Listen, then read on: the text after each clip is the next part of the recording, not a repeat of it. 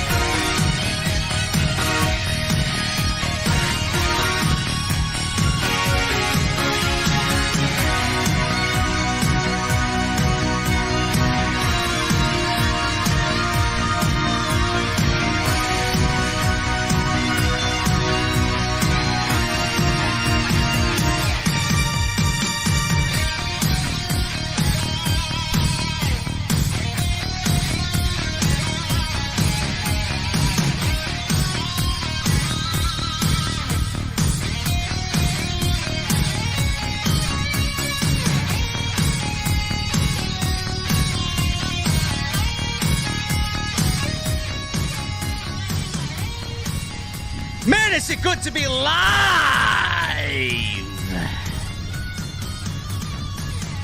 Man, I missed you guys, man. I forgot how it felt to go live. I haven't seen you guys since Friday. AEW Dynamite tonight, man. Excellent show. Excellent show. Oh, my goodness. We'll get to that in a second.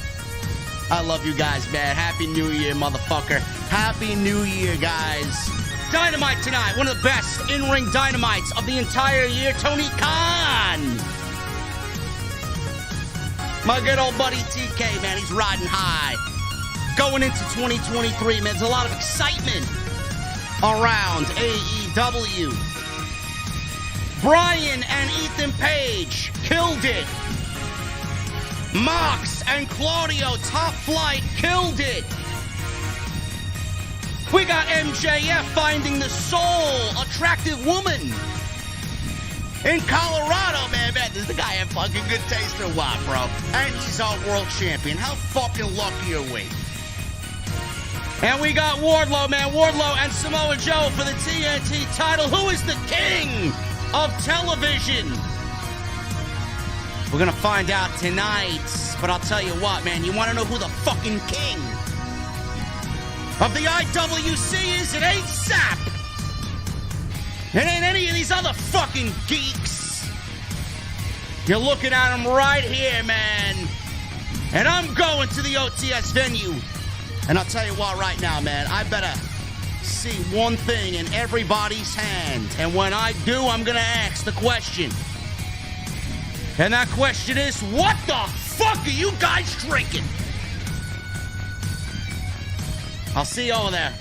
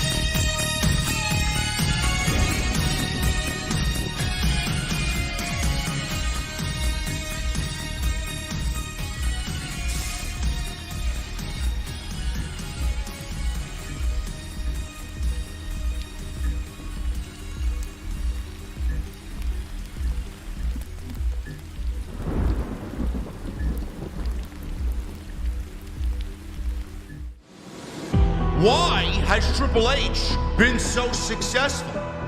Why is Triple H running WWE better than Vince McMahon and Bruce Pritchard on Monday and Friday night? Long-term booking.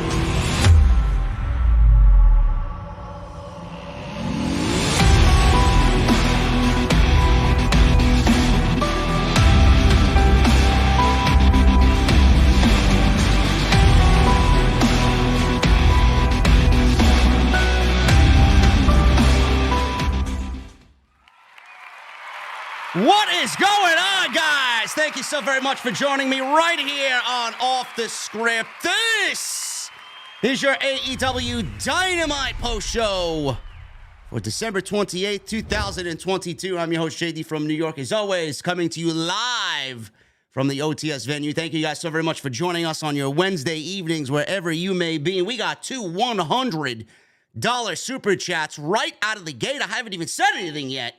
From Fire Marshal Bill and Nick motherfucking Williams, gentlemen.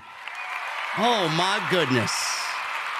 Oh, my goodness. Thank you guys very much for all of your generosity, man. We will go over the super chats a little bit later in the show, but I want to shout those two guys out right at the top. Jesse, my brother, what is going on, man? What's good, bro? I don't know, man. I don't know what's good, man. I feel good tonight. It's good to be back live. I felt like there's just been nothing going on in wrestling. Obviously, for the holiday season, I can't wait for it all to be over so we can get back to business. And AEW tonight, man, we were in business tonight. What a fucking show, man. It seems like TK, bro. It seems like TK is getting back in his groove, and it's a beautiful thing to see. And Jesse's got the glasses on, which only means, folks, that Jesse is in agreement that TK is a badass motherfucker. Shining bright, man. He's shining so bright that he's got the glasses on. They're so hot, man. They're shining so bright. I need to put the goddamn shades on, bro. What a, I'm not all about a good show. I love a good show, but TK has put together a nice little string of consecutive good shows. I like that even more. Yes, absolutely. We got a big show next week, and then the biggest show, maybe, that AEW's put on in a very long time, man. That LA show is shaping up to be something else.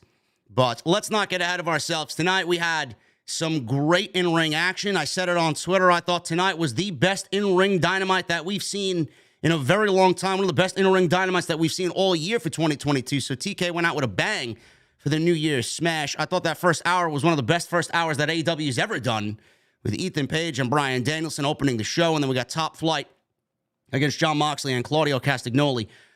We are going to get into all that stuff. The biggest story, and we're going to start off with this one, folks, at the top, because this one is seemingly going to ruffle a couple of feathers. And I already sense that Jesse and I are going to be on opposite ends here in regards to War Beast, Wardlow, and Samoa Joe for the TNT title in the main event, mind you. Finally, TNT title main eventing a show. I don't even remember the last time the TNT title actually main evented a show. It might be actually dating back all the way to Mr. Brody Lee. I don't really recall the TNT title being in the main event as of late, or Cody Rhodes, maybe, one or the other. But I thought they had a very good match tonight. I'm glad to see the title in the main event, first and foremost. That's where it should be on some nights. Nights like tonight is perfect. And then Wardlow, bro, passes out. Now, the whole story of the match is with Joe retaining. Wardlow had been attacked in the back with a steel pipe, a lead pipe, and that really hindered his match tonight against Samoa Joe, failing to capture the TNT title. After the match was over, Samoa Joe cut the ponytail off of Wardlow, seemingly taking it for a trophy. Out comes Darby Allin, throws his name into the TNT title picture. I'm assuming we get that match next week in Seattle, being that Darby is billed from Seattle. And we're going to get that match, which I thought was a great match the first time we saw it. I think in Seattle, it's going to be even hotter with him being a hometown hero there. What did you think of tonight's match, and what did you think of the ending? Because I don't really see the big deal in Wardlow losing the way that he did, because I think it sets up a bigger story with the TNT Championship more than likely being on the line in some form or fashion with Wardlow, Samoa Joe, or a mixture of all three of these guys at the pay-per-view March 5th at Revolution. All right, so let's start with this, all right? The match was, I'm not going to say the match was great, because there was one lingering thing that I just couldn't take my eyes off of that was just so, kind of cringe to watch. But overall, the match was good. It wasn't great. It was good. But here's my thing about it.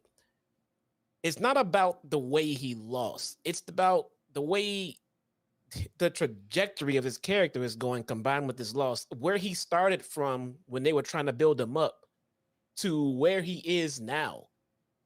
This is the guy that squashed the current AEW World Champion, beat the holy hell out of him. And that was the last interesting thing he's done. And tonight, he got his hair cut. He got humiliated, beat down, and just flat out destroyed by Joe. And then Darby Allin had to come out and save him.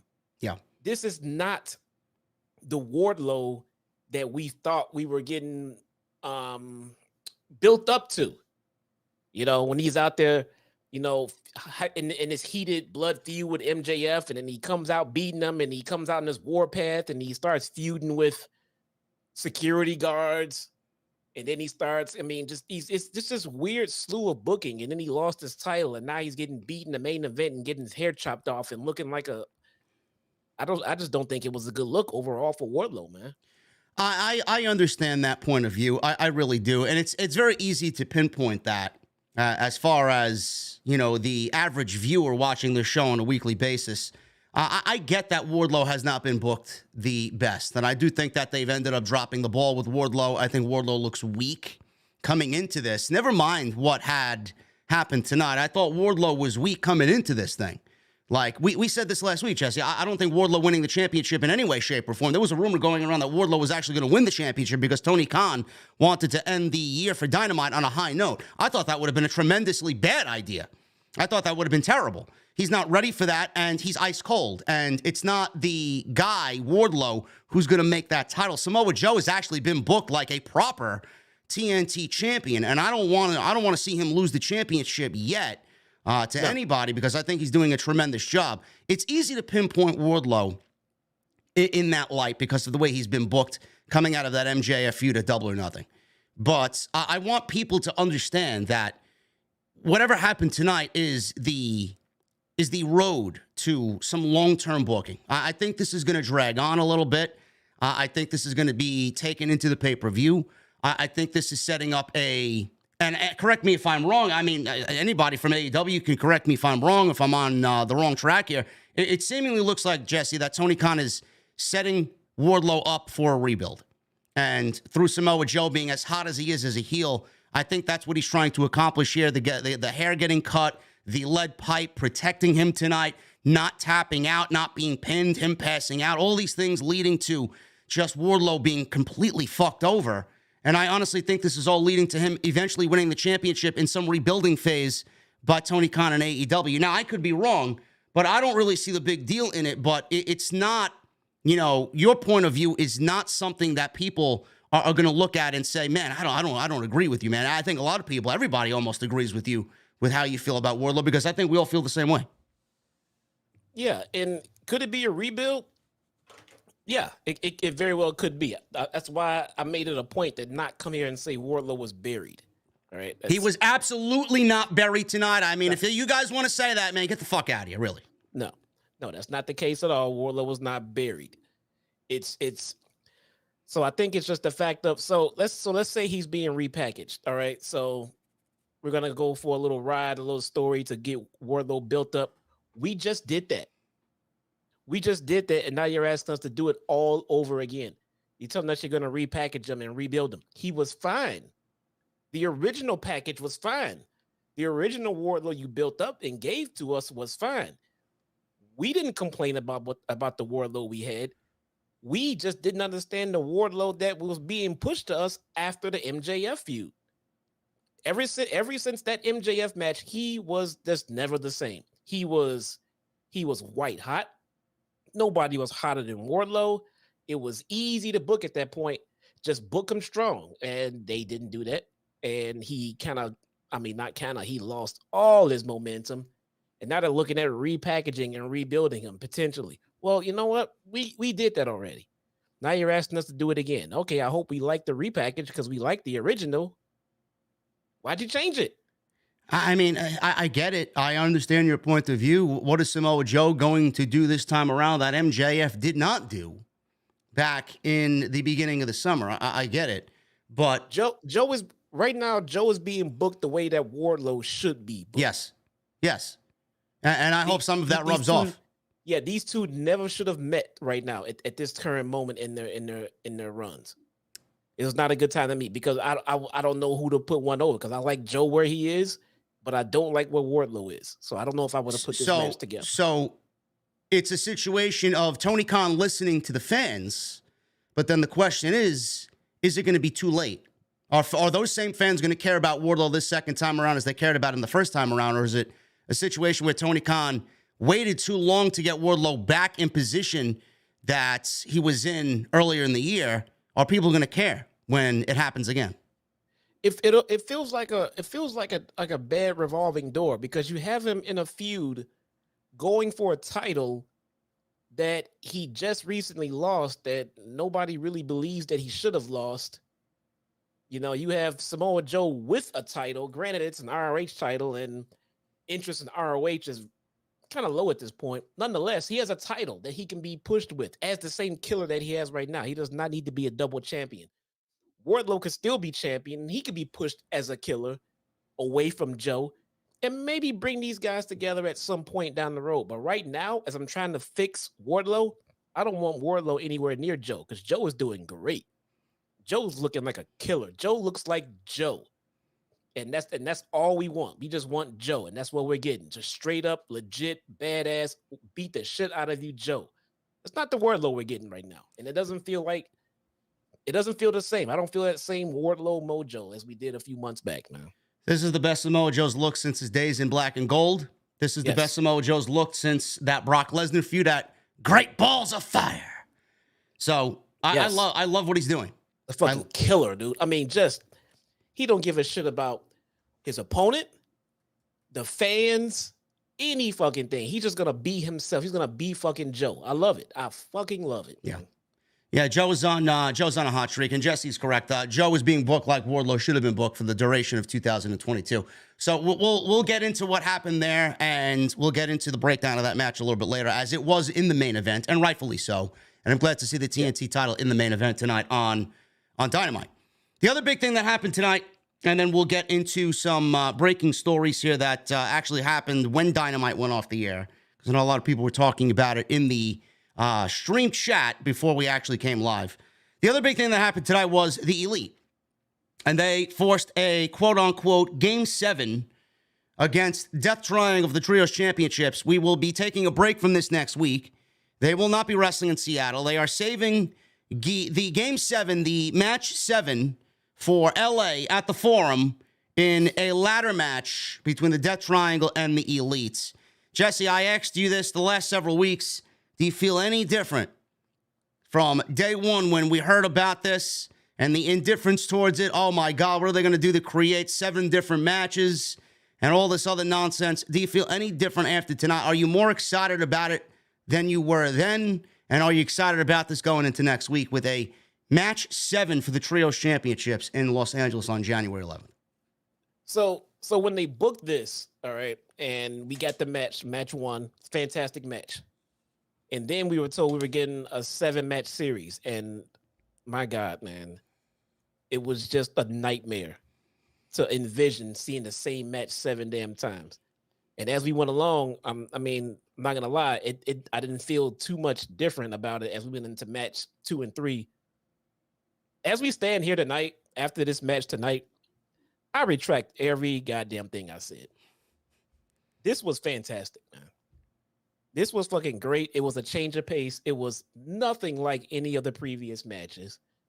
It was exciting. It had fantastic hope spots. It had spots I didn't expect. The outcome was predictable and as advertised, but who gave a shit? I mean, the match was great. And yeah, I'm legitimately looking forward to match 7, the ladder match in LA, in the Bucks' hometown. So, hey man, shame on me. I was wrong.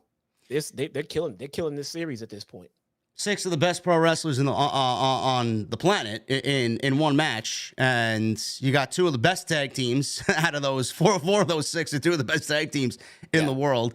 It's very difficult to not really trust them in getting anything over. I thought tonight was a fantastic match. It might have been the most fun match of the entire series so far. And we're going to go into next week, and I know, not next week. Actually, we're off next week. January 11th is the final match. I think January 11th is going to be the best match of all because, I mean, there's no way that these 6 guys are going to go into a ladder match and not have a fucking classic. So if you guys remember the thing I like about the pacing and the booking of these matches, they're giving these guys 2 weeks off. Yes. To not only pace us getting this same match over and over, but to also let these guys heal from these big spots and these nagging injuries and give them time to get ready for a big ass ladder match to blow this shit off. Yes. So great timing and pacing of the matches. I like that they're getting a couple of weeks off between these big matches. And hey, man, they proved me wrong. This is interesting. This was the most entertaining one for me of all. And I'm looking forward to match 7. So that being said, yeah, no, they pulled it off, man. They pulled it off. The weeks in between definitely have helped the flow of the entire series. And Philippe in the chat brings up a very good point. He says, what if Adam Cole costs the Elite in the final match? It's a possibility. They've been very hush on Adam Cole. Yeah, man. I can't keep fantasy booking Adam Cole when every time I do, I'm getting reports and, rumors of him being dead, so I mean, like, he's never going to wrestle again. He the worst concussion ever. I don't know what's going on with Adam fucking Cole, man. It's a possibility. It's a possibility, but, listen, at the end of the day, predictable is not a bad thing. I know a lot of people are, oh, well, it's predictable, man. The Bucks are going to win in their hometown. So what? It's a Tony Khan fucking special. He does it all the time. He puts people over in their hometown. It's better than fucking WWE when Vince was in charge, putting somebody in their hometown, and they notoriously lose every fucking time it happens. I get it. But listen, at the end of all this, hopefully Tony Khan is understanding that we want to see the House of Black, no matter who goes up against the House of Black. And we've seen the Death Triangle versus the House of Black how many fucking times? So I'd love to see the Elite win. This has been a tremendous series, and they should deserve to win. And if the Elite do win, I mean, you're looking at a House of Black versus Elite trios match. I don't know why anybody would think that predictable is fucking bad. Give me the match and inject that shit into my blood, please. Yeah, I don't think match 7 is as predictable as everyone's thinking. I mean, the fact that it's in the Bucks' hometown and everything else, that leads way to all kinds of things to possibly go right or wrong for them. They could get screwed over in the match at home to bring maximum heat on someone else. House of Black, Adam Cole. Maybe Adam Cole return. Maybe he turns on the Elite. Who knows? But whatever they do, it will be that much more impactful because it's in LA where the Bucks are from. So yeah, I'm not convinced that the Bucks are going to win just because they're at home. I agree. We've seen teases the House of Black attacking Brandon Cutler. There was a little symbolism there. And, I've seen the trios division get a little bit more focus as of late. We got William Regal now moving away from the Blackpool Combat Club. And I would love to see something unpredictable happen. We'll see what happens on January 11th. But if we get the House of Black versus the Bucks in a non-title feud for the trios championships, away from the championships, and we get Death Triangle versus Blackpool Combat Club for the championship. I'd love to see the Blackpool Combat Club mix it up with the trios, bro. I've been asking for this for fucking months now. They don't have William Regal. Wheeler Yuta's got nothing to do. Jon Moxley doesn't have a world championship. Claudio's the Ring of Honor world champion, but that doesn't mean he can't wrestle for, AEW and do what he's got to do for AEW. I'd love to see that. That's unpredictable to me. I would love to see something like that happen and move away from the clearly obvious direction that Tony Khan is aiming for in Los Angeles. Yeah, I can't wait. I can't wait to see what they have so many other elements to the trios division. There's no need to be, pigeonholed to like 3 or 4 teams. So, I mean, the second that they let it breathe a little bit, let it expand, let the trios titles go to other challengers and things like that, I think the division will take off and get much, much, much better. The Blackpool Combat Club does need some direction. First and foremost, why are they still called the Blackpool Combat Club? They're Blackpool Combat Club for life, bro. Well, I mean, nobody there is from Blackpool anymore. Well, William Regal lives on in spirit. So what are we doing with Bryan? I want to see Bryan more involved, or vice versa. The Blackpool Combat Club more involved with what Bryan has going on. They seem a little bit, emancipated right now, and I would like to see them a little bit more come together. Wheeler Yuta, like you said, he's in limbo. Claudio and Mox as a tag team. I need more of that in my life, please. Yeah. That would be fantastic. Maybe the next tag team tournament, we get Moxley and Claudio, and then maybe we get Yuta and Bryan as another team, and maybe have them come together in said tournament. Who knows? So many different things. I just want to see them come together a little bit as far as the BCC goes. Yeah. They're an open book. I'd love to see them involved a little bit more. They still obviously have some life left in them after William Regal. But we'll talk about Blackpool Combat Club as they had a very good match tonight with Top Flight. But we will get on into the review. I do want to go over this breaking news that actually happened after, conveniently, AEW Dynamite came to a close tonight. Triple H working overtime, getting the foundation ready for 2023, bro, as Dragon Lee, superstar Dragon Lee, signs with WWE. He's one of the top names in Mexican Lucha Libre. He's wrestled alongside, I believe it was Andrade, not too long ago in AEW, Roosh in AEW. Dragon Lee finished up Wednesday with Mexico's Lucha Libre AAA promotion, a tag team match with his brother Dralistico, who also wrestled for AEW a handful of times, against FTR for the AAA Tag Team Championships. The plan, he said, was to begin with WWE in January, starting with NXT. Dragon Lee, go to Tuesday nights. Give me a fucking favor, break. Do me a favor. Yeah. Tell me one wrestler in WWE history to be successful in a mask, not named Rey Mysterio. The answer is nobody. So Dragon Lee is either going to blaze some trails or fail. But Vince McMahon is not there, quote unquote. Bro, if I'm a betting man, if someone forced me to make a large wager on whether or not Dragon Lee was going to succeed in WWE or not, I would put all my marbles on him not succeeding. Well, I mean, I don't know what the fuck they're doing with him on NXT. He's 27 years old. He does not need... Listen, he's probably going to end up being the best wrestler on day one there. Easily. But... Lucha Libre wrestler, guys. But Lucha Libre. The thing is, the people that end up like this, the people that end up on NXT like Dragon Lee, the only reason why they go there is because WWE production is a completely different beast.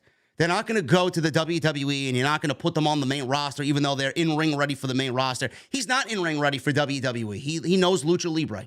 He needs to wrestle Lucha Libre, but he needs to wrestle WWE's style of Lucha Libre. So they're probably going to dumb him down for the most part. And he needs to learn, the camera angles and the entrance and the production side of things. AJ Styles, I'll never forget, AJ Styles said, I wish I had the opportunity to go to NXT when I first got here instead of going right to the main roster for at least 6 months to a year because, coming over from Impact and New Japan, I didn't know what the fuck I was doing in WWE. Yeah. So him going to NXT is a good thing, even though it is a laughing stock. It is a good thing.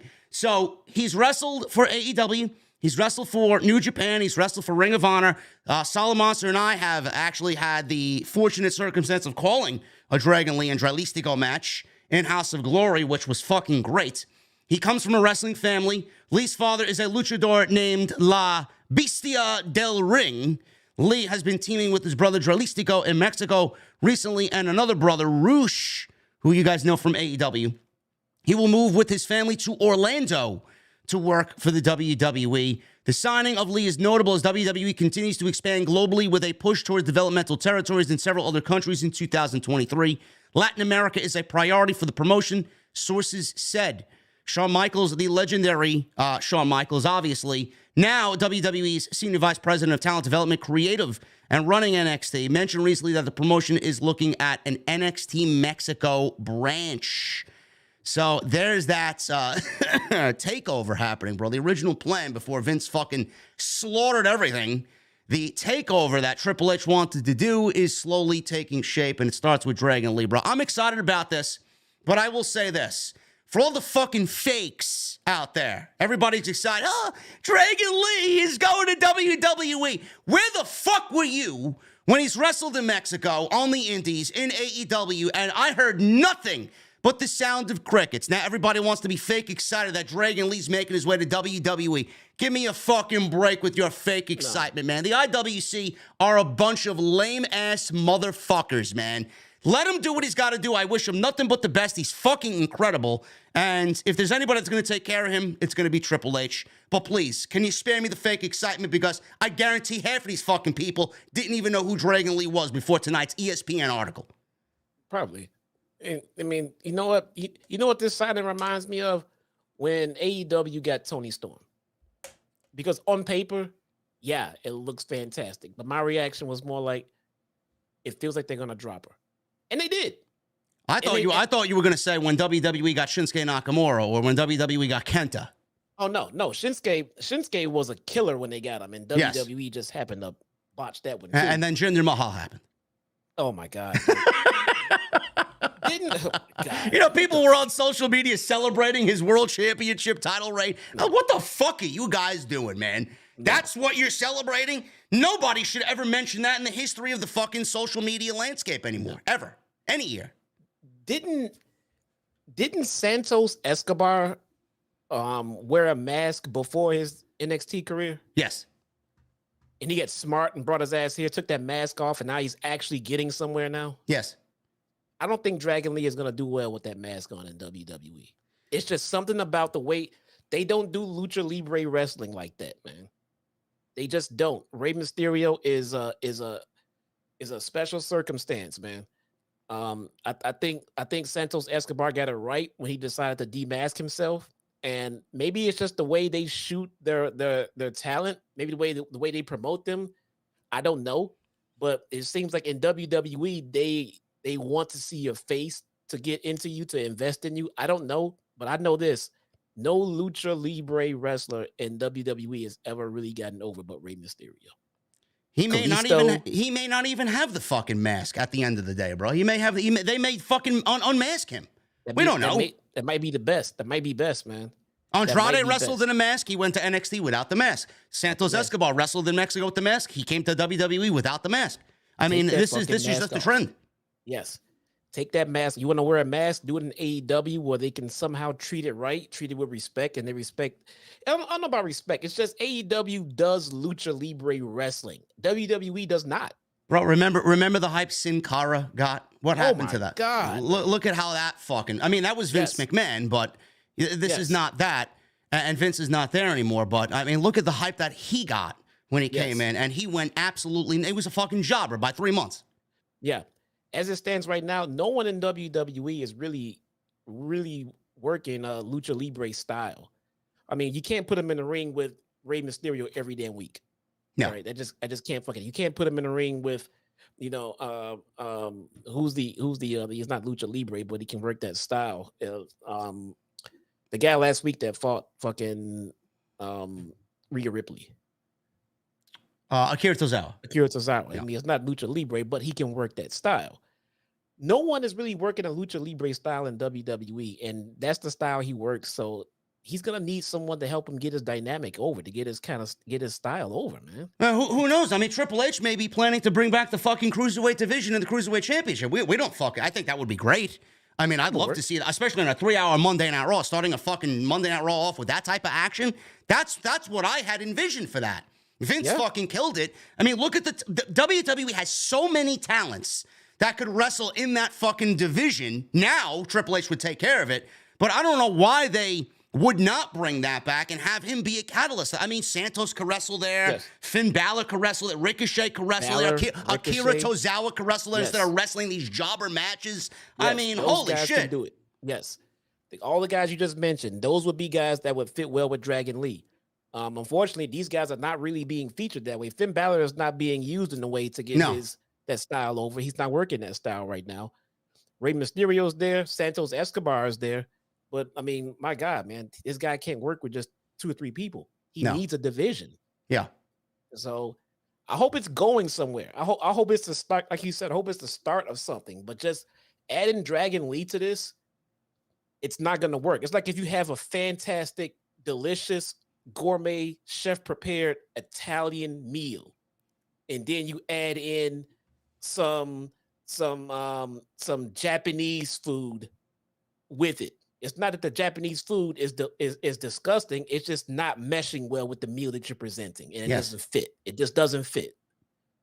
And listen, man, you know, when you go to WWE, this is the last thing I'll say on this, and then we'll get to the AEW Dynamite stuff. When you come over from Mexico, you know, I don't know how well his English is. He's now wrestling for the WWE in 2023. He's going to need to cut a promo. And like Jesse said, and like I said, you know, him mixing well with like the Seth Rollins and the Drew McIntyres and the Cody Rhodes of the WWE, you know, do you see him coming in and ascending to that? Possibly. But you ain't going to go there until you speak English and you can get yourself over and get the fans invested in who you are and what you're doing. Simple. Yes. Cody came into WWE, immediately went to the main event scene with Seth Rollins. Why? Because he was already over. Yes. If they bring in Dragon Lee and try to toss him into a main event scene with Seth Rollins, it will fall flat on his face. Yes. No one will care about him at all. It's going to be interesting to follow. I'll talk about this a little bit more on the extra that I have planned for tomorrow afternoon. So make sure you guys go and look out for that. Gargano can work with him. Johnny Gargano. I mean, there's so many Cameron Grimes and anybody. Yes. I mean, look at the fucking talent that's in that company that's at that weight limit. So it's going to be very interesting to definitely see develop for sure. But we will talk about that a little bit more down the line as I get more information on that and what that entails. But we're going to get into Dynamite. I want to thank you guys very much for joining us right here. We got almost 2,000 in the venue. I know it's at the end of the year. Hopefully things pick back up. I know guys and, you know, everybody in the community, they're all struggling for content right now because there's no fucking news. Everybody's giving you their thoughts on what's the best of 2022, best match, MVP, this and that. I am planning something for a live stream for the new year as far as my top 10 and my awards. So look out for that. I already started some of that on social media. So you guys will be hearing from me in that sense in the next couple of weeks. But I want to thank you guys so much for joining me on the podcast tonight. Please remember to hit that thumbs up. Let's try for 1,000 likes minimum. So please hit that thumbs up. It helps me out tremendously in the YouTube algorithm. Super chats are open. We got Nick Williams and Fire Marshal Bill getting in the $100 bombs already. So make sure you guys join in on the super chat train and get them on, and we'll hang out at the end of the show. New memberships are always accepted. We're looking for some VIPs to end the year. So make sure you guys hit that join button as well and become a channel member right here on OTS. All my channel members are actually voting for the top awards for the OTS awards this year. So that is up to you guys on YouTube. So you guys can see that in the community section under the members only tab. So make sure you guys go check that out. And please go check out all the other videos that you might have missed on the channel. Everything you need is there in the live stream section and on the homepage. Go check that out. And follow us on social media. I'm JD from NY206 on Twitter. And make sure you guys go follow Jesse at ChyTownSmark on Twitter as well.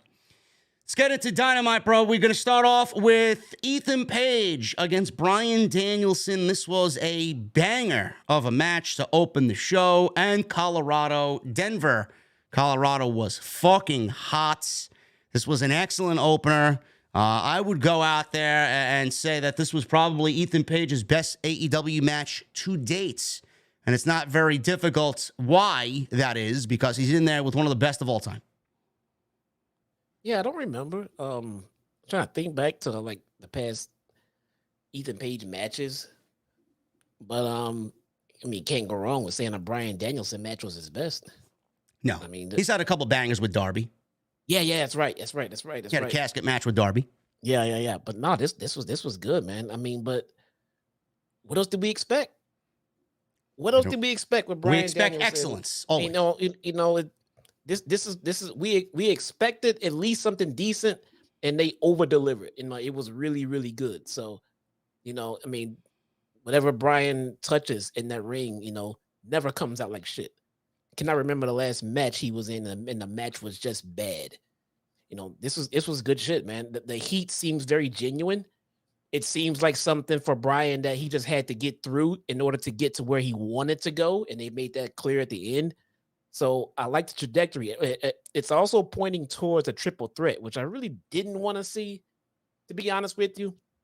But it doesn't mean that they can't sell me on it, and during the build. So let's see where they go with it. MJF's music hit in the open of this match. And where is he? He doesn't walk through the tunnels. He's in the fucking luxury box with this obviously beautiful woman. I had no idea who she is. She looked like a mixture of AJ Lee and Shotzi Black. I thought it was Shotzi Blackheart for a fucking second. I'm like, holy shit, did Tony Khan sign Shotzi Blackheart? But he's there, and apparently she's an independent wrestler. I don't know her name. I know people were adding me with her on Twitter. Obviously a very beautiful woman. He says that he's found the only hot chick in Colorado, and he starts he starts laughing at everybody and Bryan and Ethan Page in the ring. Bro, listen, we are lucky to have MJF as our world champion. The man has fine taste, I will say. I thought he was engaged. He is. His fiance is a very beautiful woman. And what the fuck? And she's a very talented woman, by the way. Her artwork, I may actually buy some for the office, man. Her artwork is incredible. It's fantastic. Yes. Now where was she tonight? And what happened there? She clearly was not in Chicago, in Colorado. She was at home somewhere in New Jersey or wherever, or I don't know, Long Island, wherever they're living now. I don't know. And this girl was East all Coast. about MJF, man. MJF was watching the match. And Yeah, she was very cozy there, bro. She was watching him. I mean, he's the world champion. Getting really close to that Burberry, bro. Where is the fiance? What is going on here? I don't know, man. I don't know. But MJF is a man of fine taste, man. He referred to Bryan Danielson here as brain damaged Bryan. That's so fucking. I don't know why this is fucked up that I laugh so hard at this, but I mean, it's just so fucking funny, man. Brain damaged Bryan. Going back to all of the concussion issues that Bryan had and him being away for 4 years before ultimately coming back. And then the match started in MJF. We didn't hear from MJF and the lovely lady up in the luxury box for the rest of the match. So the match itself was fucking great. And they went back and forth here. There was a Romero special by Bryan Danielson. Quickly turned into slamming on Page's knees, which looked fucking brutal. Stomping down on his Achilles. It looked brutal. Page regained control, tried for a superplex, but was knocked off by Bryan, and he hit a top rope dropkick. Stokely Hathaway jumped on the apron. His hat was flipped off by Bryan, and Page tried to charge in, only to be sent to the outside, and Bryan nailed an absolutely ferocious dive to the outside. Hathaway got a distraction again. This time he was successful in his attempt. Page hit a pump kick on Danielson. And we go into Page taking over. Danielson was on the defensive for a little bit. He was able to float over a suplex into a released German to gain some control here. He started to light up Page. Man, they were going back and forth, bro. I don't know if you were paying attention to the fucking stiff-ass chops that they were throwing each other. Holy fucking shit. Bryan was going at Page like Bryan usually does. He's got a mixture of that little strong style in him. But, man, Ethan Page sent those receipts back to Bryan, man. I thought Page's chops were more devastating than Bryan's. It feels like when Bryan's in a match, it feels like he's in gorilla with them saying, all right, look. I'm going to beat the shit out of you. So you better hit me back, bro. I'm going to beat the shit out of you, man. I'm going to chop the hell out of you. If you don't chop me back harder, I'm going to chop you back even harder than I did last time. So good. It just seems like that. His chest is hamburger meat in every match. Yes. Bryan's chest was beat red. Page's was as well, but not as much as Bryan. So top rope hurricanrana led to some yes kicks by Bryan. Page ducked the big final yes kick. Baseball slot on the outside. Hathaway shoved Page out of the way to avoid a charging Danielson. He crashed and burned. Page connected with a snap power slam on the floor and a step through cutter from the apron. For a 2 count inside the ring. Page tried to pull up Danielson by the arms into a slam. Danielson turned it into a DDT. Danielson then applied the label lock. Page got a rope break. Danielson was a little wobbly there, and Page cut off Danielson in the corner, hit a avalanche power slam off the top rope. Danielson kicked out. Page looked for an ego's edge. Danielson floated over into the Busaiku knee, right into the stomps where he grabs his opponent's wrist, and that led to the Regal stretch to get Page to fall unconscious, and he basically was not the one to tap out here. He was not pinned. Page was unconscious here, passed out, and Danielson wins the match. He looks up at the luxury box with MJF and his beautiful accomplice tonight, and that's the way the match ended. Very good by both guys. Best Ethan Page match in AEW so far. Not really a lot in the way of MJF and Bryan advancing the story, but I'm assuming this match is going to take place for Revolution, so we have plenty of time to get these two guys in the ring and whatever they need to do, so I'm not too concerned about that. All in all, excellent open to Dynamite. It was fantastic. Her name is Daddy Doom. Daddy Doom. D-A-D-D-I. Doom. Doom. Yes. And my God. Lovely lady. Yes. The booty meat is real here, man. Lovely lady. The booty meat is real. Where's Tony Brown? Tony Brown. I don't know. Tony Brown. This may be a Vandelli special too, bro. Oh, it's a Vandelli special too? I think so. Yes. Man, this one's a winner, man. This is an OTS special. Never mind fucking Vandelli and Tony Brown. Like I said, man. She is well worth having to go home and explain to the fiance why he, well, I mean, come on now. We don't want to disrespect MJF like that. Oh, whoa. my fucking goodness. Woo-hoo. Oh, my God. Stephen Vandelli with a $200 super chat. Wouldn't mind seeing Daddy Doom, the girl next to MJF, in some dark matches. Another great indie wrestler who runs in the same crew as Heidi, Howitzer, Max the Impaler, Ryzen, and of course, Abaddon. Oh, my goodness. She's a part of the Abaddon Ryzen crew. Okay. There you go. Look at that, man. Right on cue. We knew. She was Team Vandelli. Ooh, oh, man. My goodness. Vandelli, brother, thank you so much, man. Hopefully your holiday was great. And hopefully the new year is very good to you, brother. Thank you so much, man. Ooh, man. Daddy Doom, huh? Yeah, go to her Twitter profile and the very first pic she got out there, man. I saw it already, bro. Whoa. I saw it already. Whoa. Anyway, moving on with the rest of the show after that incredible Danielson and Page match to open Dynamite. Renee Paquette, she interviewed Wardlow backstage. As he said, everything shifts from powerful words to powerful actions because we got a vignette of Samoa Joe bragging about taking the belt off of Wardlow in the first place. Joe then all of a sudden attacked Wardlow with a lead pipe. Joe yelled down at him as he smashed his knee with a lead pipe. You want action? This is action. I did this to you. So setting the table for the main event was Samoa Joe. Renee, busy woman tonight, shifted from Wardlow and Samoa Joe to Adam Hangman Page and the Dark Order backstage, who was sitting on the trainer's table.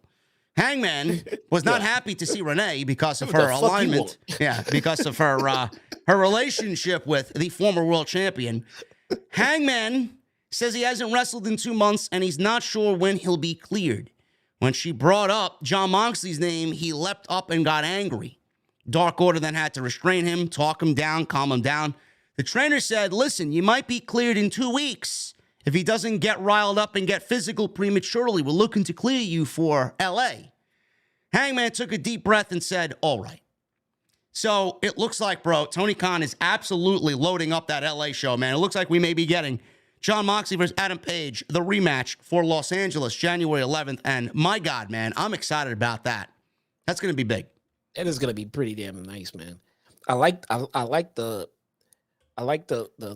low, slow introduction of Renee into this. What if Hangman puts his hands on her? I'm not looking for a full Renee beatdown. But what if he just pushes her out of frustration one night or something like that? I don't know, man. I actually thought of that, but I didn't really put too much into that thought. What if Adam Page, with this whole concussion thing, bro, I don't know if this is going to be a storyline thing or if they're just using this to sell the match and kind of, linger the storyline on. But what if he kind of dips in and out of just like what's logical and what's illogical? He makes bad mistakes because of the concussion, and one of those bad mistakes does end up being putting his hands on Renee, and that gets him into some fucking deep shit with Jon Moxley. That did cross my mind. That would be nice, and just frustrations where he even if an accidental shove or push something like that, he tries to claim it was that maybe they want to try to keep him tweener / babyface. So he's not going to intentionally hit her, but maybe something happened and he was pushed into her and it completely sets Mox off and you don't want to hear the reason why it actually happened. I think that could be a nice little dynamic they inject in there. Man, what heat that would be for the fucking match, huh? Yeah. I mean, we already got a lot of heat for this match, but when you involve accidentally hitting someone's wife in this case, I mean, I'm all for that, man. I like a little realism in my pro wrestling. Yeah, that'd be awesome, man. And it would give warranted heat on both sides. I mean, and for Hangman's side, it was an accident, bro. I didn't mean to do it. Moxley's side, I don't give a shit. You put your hands on my wife. So it makes sense in the dynamic, and no one's being turned full-blown heel in that process either. You know, I just want to I want to mention something here. I did put out a poll for everybody to vote on a couple of days ago. It got like 40,000 views on Twitter. It got like almost 10,000 votes. Pro Wrestler of the Year, men's Pro Wrestler of the Year for 2022. Obviously, I put the usuals, Roman Reigns and Seth Rollins, Jon Moxley. I included Adam Page in the 4 slots that I am allowed on Twitter. Okay, obviously, I said in the tweet, you guys can put anybody you want in the thread. I'll take any names as consideration. Obviously, Gunther was mentioned a lot. Sami Zayn. We had Sheamus. So, obviously, a lot of people were very divided on Pro Wrestler of the Year. To me, the Pro Wrestler of the Year, honestly, is probably going to go to Roman Reigns. That's just the way it is because, I mean, everything he's done has been tremendous. Jon Moxley is obviously a close second, but I think a lot of people, and I know people personally that kind of aren't on Team Adam Page, bro. Listen, he's had bangers this year. I don't want to hear any disrespect towards Adam Page whatsoever, man. When you talk about what he did in the first half of this year, bro, Adam Page was fucking tremendous. Those matches against Bryan, the matches with Moxley, some of the matches against Punk, matches against Takeshita. I mean, you cannot leave Adam Page out of a top pro wrestler for 2022. He might not be the best pro wrestler of the entire year, but do not leave him out of the discussion, bro. Yeah, I think Wrestler of the Year, I think it needs to inherently be separated into 2. It just needs to be because Roman Reigns should be Wrestler of the Year. I mean, hands down. Yes. But here's the thing. He's not the best in-ring worker of the year. No. So I think the best wrestler of the year, the kayfabe best, most entertaining wrestler of the year, hands down, is Roman Reigns. And I think after that, we can give another award to the best in-ring worker of the year. And that would not be Roman Reigns. And it would be very subjective because a lot of people would qualify for such an award. Yes. I mean, it's so open. I mean, some of the names that I just mentioned in this discussion, I mean, you can't leave out Sheamus for that type of discussion. You can't. Gunther, Ricochet's had a great second half of the year. I mean, there's so many different people, but I don't want to hear any Adam Page ill will or disrespect. The man is fucking great, and he deserves some votes for Pro Wrestler of the Year because his first half of the year was tremendous. I don't want to hear anything from anybody. And yes, Dax, I've been mentioning it for months, man. You don't need to tell me about Dax. I know how good Dax is. Yeah. I've said it, and when I was at the scrum, I even asked the question, what is your feeling on everybody thinking that at this point in the year, you are Pro Wrestler of the Year? He smiled. That made my fucking night, knowing that he smiled because I asked that question. I mean, he's definitely in the discussions, He had a nice run of a few months, the year is long and the competition is very, very wide. So to say put someone else in there over Dex, it's not a slight on Dex, man. I mean, the field is very, very crowded. Yeah. I mean, but he's up there. If he's in someone's discussion or someone's number one, I mean, can you really argue with them? I mean, but I mean, for me, man, I mean, I don't know. It could be so many different guys, man. Moxley. I mean, I like watching guys like what the fuck is wrong with me tonight, man? Penta and fucking Phoenix. Yeah. Phoenix had a really fucking good year in the ring, with injuries. Notice how every time Phoenix gets into a fucking match, commentary and maybe us ourselves are sitting there watching it saying, how in the fuck did he do that? Like every match. So if you want to say Phoenix, I'd be okay with that. I wish Kenny had not taken as much time off as he had to, because he would be up there in that discussion as well. Bryan. I mean, how can you go wrong with some of these guys? But on the other side of it, Roman, there's no other number one but Roman. No. There just isn't. So Nobody. that's why I like the fact that if you separate it into an in-ring worker, you can now, pick someone else out to win said award, because I would not pick Roman for that. Yeah, Sports Illustrated named Seth Rollins Pro Wrestler of the Year. And, there may be some bias in that. I have no fucking clue. I'm not going to take anything away from Seth Rollins. He also had a tremendous in-ring year, and he's deserving of that award. So, I mean, it's very, this is the most subjective thing in all of pro wrestling. I mean, it causes division amongst fucking fan bases. It is. So just let it be. I love it. Yeah. Bryan, how can you not call Bryan Danielson the Wrestler of the Year, man? I know. I mean, it's just ridiculous. So, speaking of Jon Moxley, he teamed with Claudio tonight against Top Flights, Darius and Dante Martin. This was a hot match, hot crowd. I thought this was fucking great. Jon Moxley and Claudio win this match. We'll get into how in just a second. But this is one of the most beautiful things about AEW, bro. You put these four men in the ring, and Top Flight is getting preferential treatment here. We start with Darius and Jon Moxley a couple of weeks back on Rampage, or it was on Dynamite, I believe. We asked why, why is this match happening? Went about 10 minutes. It was fine for what it was. Then we get that tremendous closing sequence in the Battle Royal on Rampage on Friday night, that Three Kings Battle Royal for the $300,000. I did watch that before I went live on Friday night for SmackDown because I was just so enthralled by the ending. I'm like, holy shit, they're really making a whole competition out of this. We had Top Flight win over Claudio. They were put over big time in that Battle Royal. Excellent closing sequence there. And then we get this tag team match. The most beautiful thing about AEW, bro, is you put veterans in there with Moxley and Claudio. And you, on the opposite side, you get Top Flight, who is one of the most up-and-coming, hottest tag teams in AEW. And just things just go the way that they should, man. This is exactly the recipe that we fell in love with AEW, man. Veteran and young talent come together, get the young talent over, and even though they lost, they looked fucking great out there, and nobody should be looking at them as, oh, they lost. They were in there against two world champions, and they fucking proved themselves and had a great fucking match. It is a fantastic formula, except with Jeff Jarrett. Get this guy out of here, man. I mean, look, there's exceptions to every rule. Like I've said for the longest of times, AEW treats their legends so well. I mean, I like how they book them and treat them. Get Jeff Jarrett out of here, man.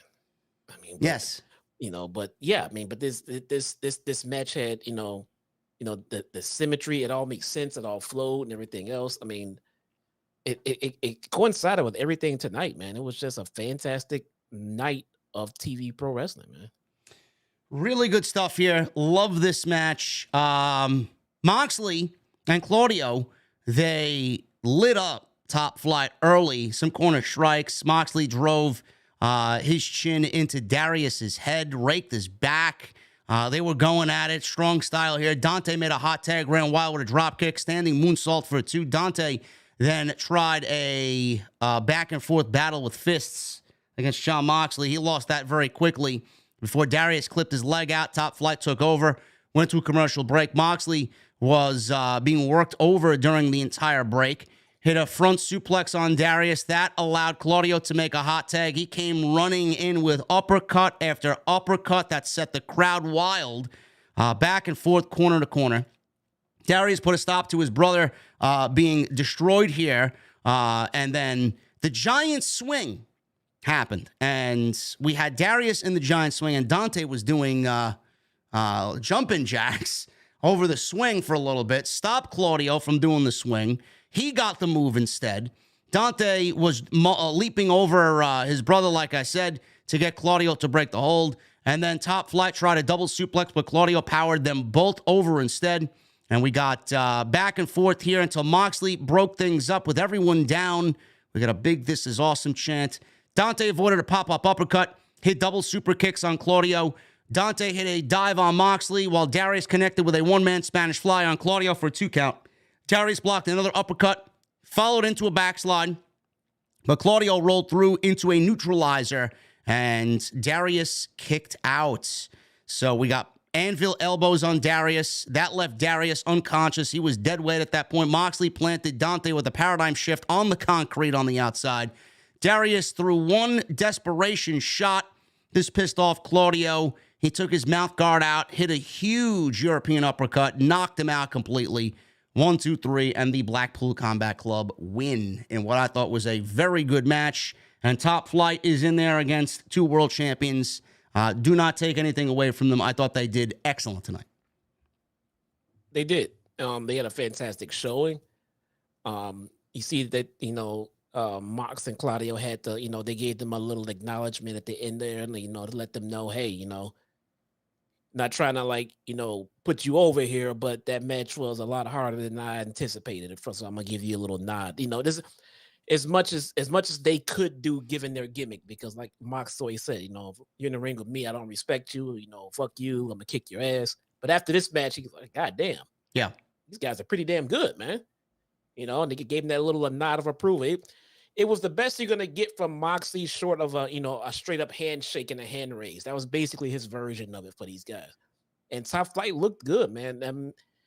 Hopefully they can stay healthy this time and get a good serious run with these two guys at some point. So, I was gonna say, if they could stay healthy in 2023, they could be the 2023 version of the Acclaimed. Yeah, no, I easily agree with that. Yes. Moving on, Renee Paquette was backstage with Kip Sabian and Penelope Ford. They were with Orange Cassidy and the Best Friends. Sabian said he eliminated Cassidy in the Battle Royal, so he wants an All-Atlantic Championship match. But Trent chimed in and said, well, I eliminated Sabian, so by all accounts, I should get the title shot instead. Orange Cassidy then said sure, and granted Trent a title match on Rampage. So it will be the battle of the Best Friends on Rampage for the All-Atlantic Championship. Sabian said, I was going to protest this, but I'll gladly watch this happen, and then, I'll get my championship match when this is all over. So he's looking to pick the fucking pieces against whoever, wins this match, and then get a championship match after it's all over. But what do you think, Kip Sabian and Orange Cassidy for the All-Atlantic title? Nobody Not cares. interested. Nobody cares. No, not at all, man. Sorry. Orange Cassidy seems to be defending that title quite a lot on Rampage. He is. I can't say the guy's not trying. He's making an effort to get this title put over, but I'm not sure if it's going to work on Orange Cassidy or not. Just because of his style. Maybe that's it. It's hard to put like this. How do you try to care about a title on someone whose whole gimmick is to not care? It's a good You know what I'm point. saying? It's a good point. He doesn't care, and it's like, all right, I'll defend it against you. Maybe you too. Let's see. It's a stretch from. It's a difference from someone cutting a promo. This Intercontinental title means the world to me. It's everything to me. It's why I live. And if we get Orange, like, yeah, I'll defend it against you. Now it's his gimmick, man. He's staying true to his gimmick, but it feels a little weird to try to get invested in him loving a title so much when it doesn't feel like he loves anything. If that makes any sense, I'm But then interested. again, the title had no momentum before he even got it, so I'll give him that much too. Yeah, it seemingly looks like TK put the title on him, which was a dead title to begin with, just to give him a championship run.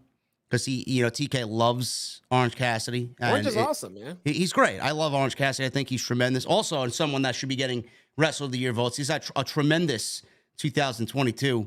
He's been in there. Everybody that's been in there, he just has a banger match. That's, especially Will Ospreay, Pac, guys like that. He knows when he wants to show up, he'll show up. Yeah. But as far as the title, it's going to be interesting to see who takes the title off of Orange Cassidy. There's some names that I'd love to see get a championship opportunity with that championship. Maybe make something of it. I like the premise of the championship. I like the vibe of the championship. But I just feel like putting it on Orange Cassidy is just in some holding pattern, and it's not really going anywhere. And defending it against Trent, it just devalues the whole reason for the title to me.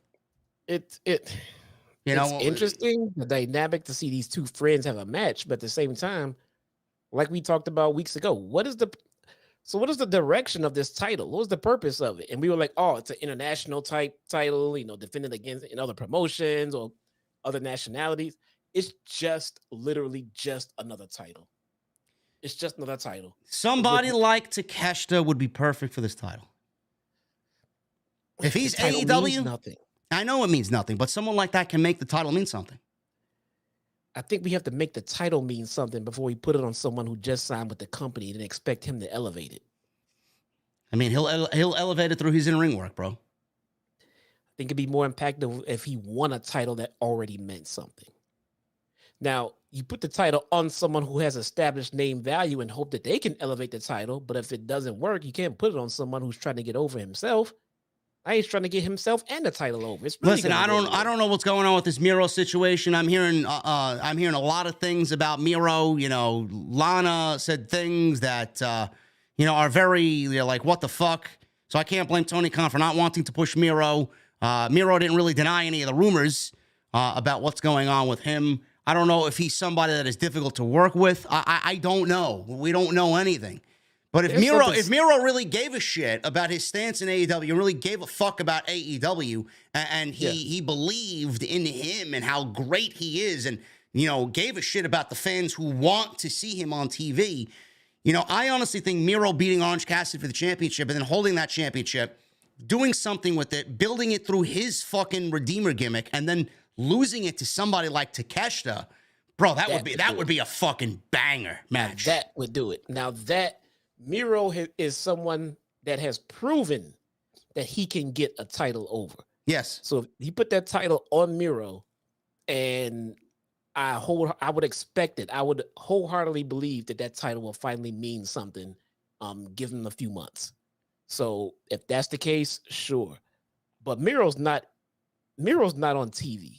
And well, he's not on TV because apparently the rumors said that he didn't want to lose. Like, what the fuck are you doing in AEW if you don't want to lose? Like, who the fuck are you? Look, I'm not going to get into why he's not on TV, but there's clearly some kind of underlying issue going on. Something. And there's sides to every story. Let's wait and see what comes out. But there's something going on with there's no reason anymore for Miro to not be in the ring other than something that we might not be. Where is Bandito? Didn't Bandito sign with AEW? Where the fuck did he go? I think Bandito was signed to AEW to keep him away from Triple H. With plans to have him with Andrade. Yeah. And then Andrade got his ass suspended. Now they don't know what to do with Bandito now. I mean, TK's had just a string of bad luck, man. And how long is this suspension for Andrade? What are we doing here? Well, Andrade tore his pec, so he's going to be out. Oh, he tore his pec? Yes, okay. Yes. He confirmed that on Instagram. He tore his pec. Okay. Yeah, he's no longer suspended. He's just out with injury now. All right. But we don't know what the fuck's going on with him either. We don't know if he's somebody that people want to work with. Is he a hardhead backstage? Is he refusing to lose? We don't know. We're only making assumptions. We don't know. But why are they there to help the young company and then they don't want to fucking do work for the young company? I don't understand that. Like, you were never some big shot in WWE, and neither was Miro. So, like, what the fuck are you doing there? It sounds like Miro might be a little bit gun shy. When you go to a shelter and you adopt a rescue dog, that dog kind of gets a little gun shy if it's coming from a home that abused him. So Miro's coming from WWE where he was just mistreated. So now he comes over here and it's supposed to be a fresh new beginning, and he's too gun shy. He's scared that he's gonna be buried or taken advantage of or misused. So maybe he's turning down shit because he's scared of the outcome or scared to take an L. When you're in a company where the fans want to see you work. So if these rumors are true, if you're asked to take an L, I don't think an L is the end of the world for your gimmick right now in this company in your current run. No. So, but who knows? Like I said, maybe there's more to the story, man. We will see. Hopefully we see him back on TV, but with his wife making comments like, we'll just end up back in WWE anyway. I mean, I can't blame fucking Tony Khan for not wanting to book him. I mean, I'd do the same thing. So, yeah. We got Hook. He took care of some local indie jobber, Balaam Lynx, in 1 minute. Red rum for the quick submission. That's basically all it. That's all it was. Post-match, Stokely, Lee Moriarty, and Big Bill. Big Bill came to the ring. and they trash talk Hook and compared him to Southwest Airlines with all the holiday cancellations as of today. Over 2,500 flights canceled. It's amazing. But why? Inclement weather, staffing issues. I don't know. Now, I can see them getting shit for staffing or computer issues, but why are you giving them shit for canceling flights for bad weather? The people are alive, bro. Bad weather. I know Seth Rollins and Becky Lynch missed the WWE house shows in wherever they were. Madison Square Garden had some delays, too. There were some talents that didn't make the MSG holiday tour. I don't know. Yeah, we had a serious storm that swept from the Midwest to the fucking East Coast, man. Yeah, we got we didn't get any snow out here, thank Christ. But no snow, thank God. I can't stand snow, man. My fucking car, my car gives up in fucking rain. Never mind fucking snow.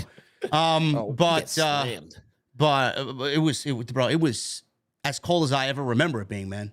I'm walking home from the train, coming home from the gym last week. Holy shit!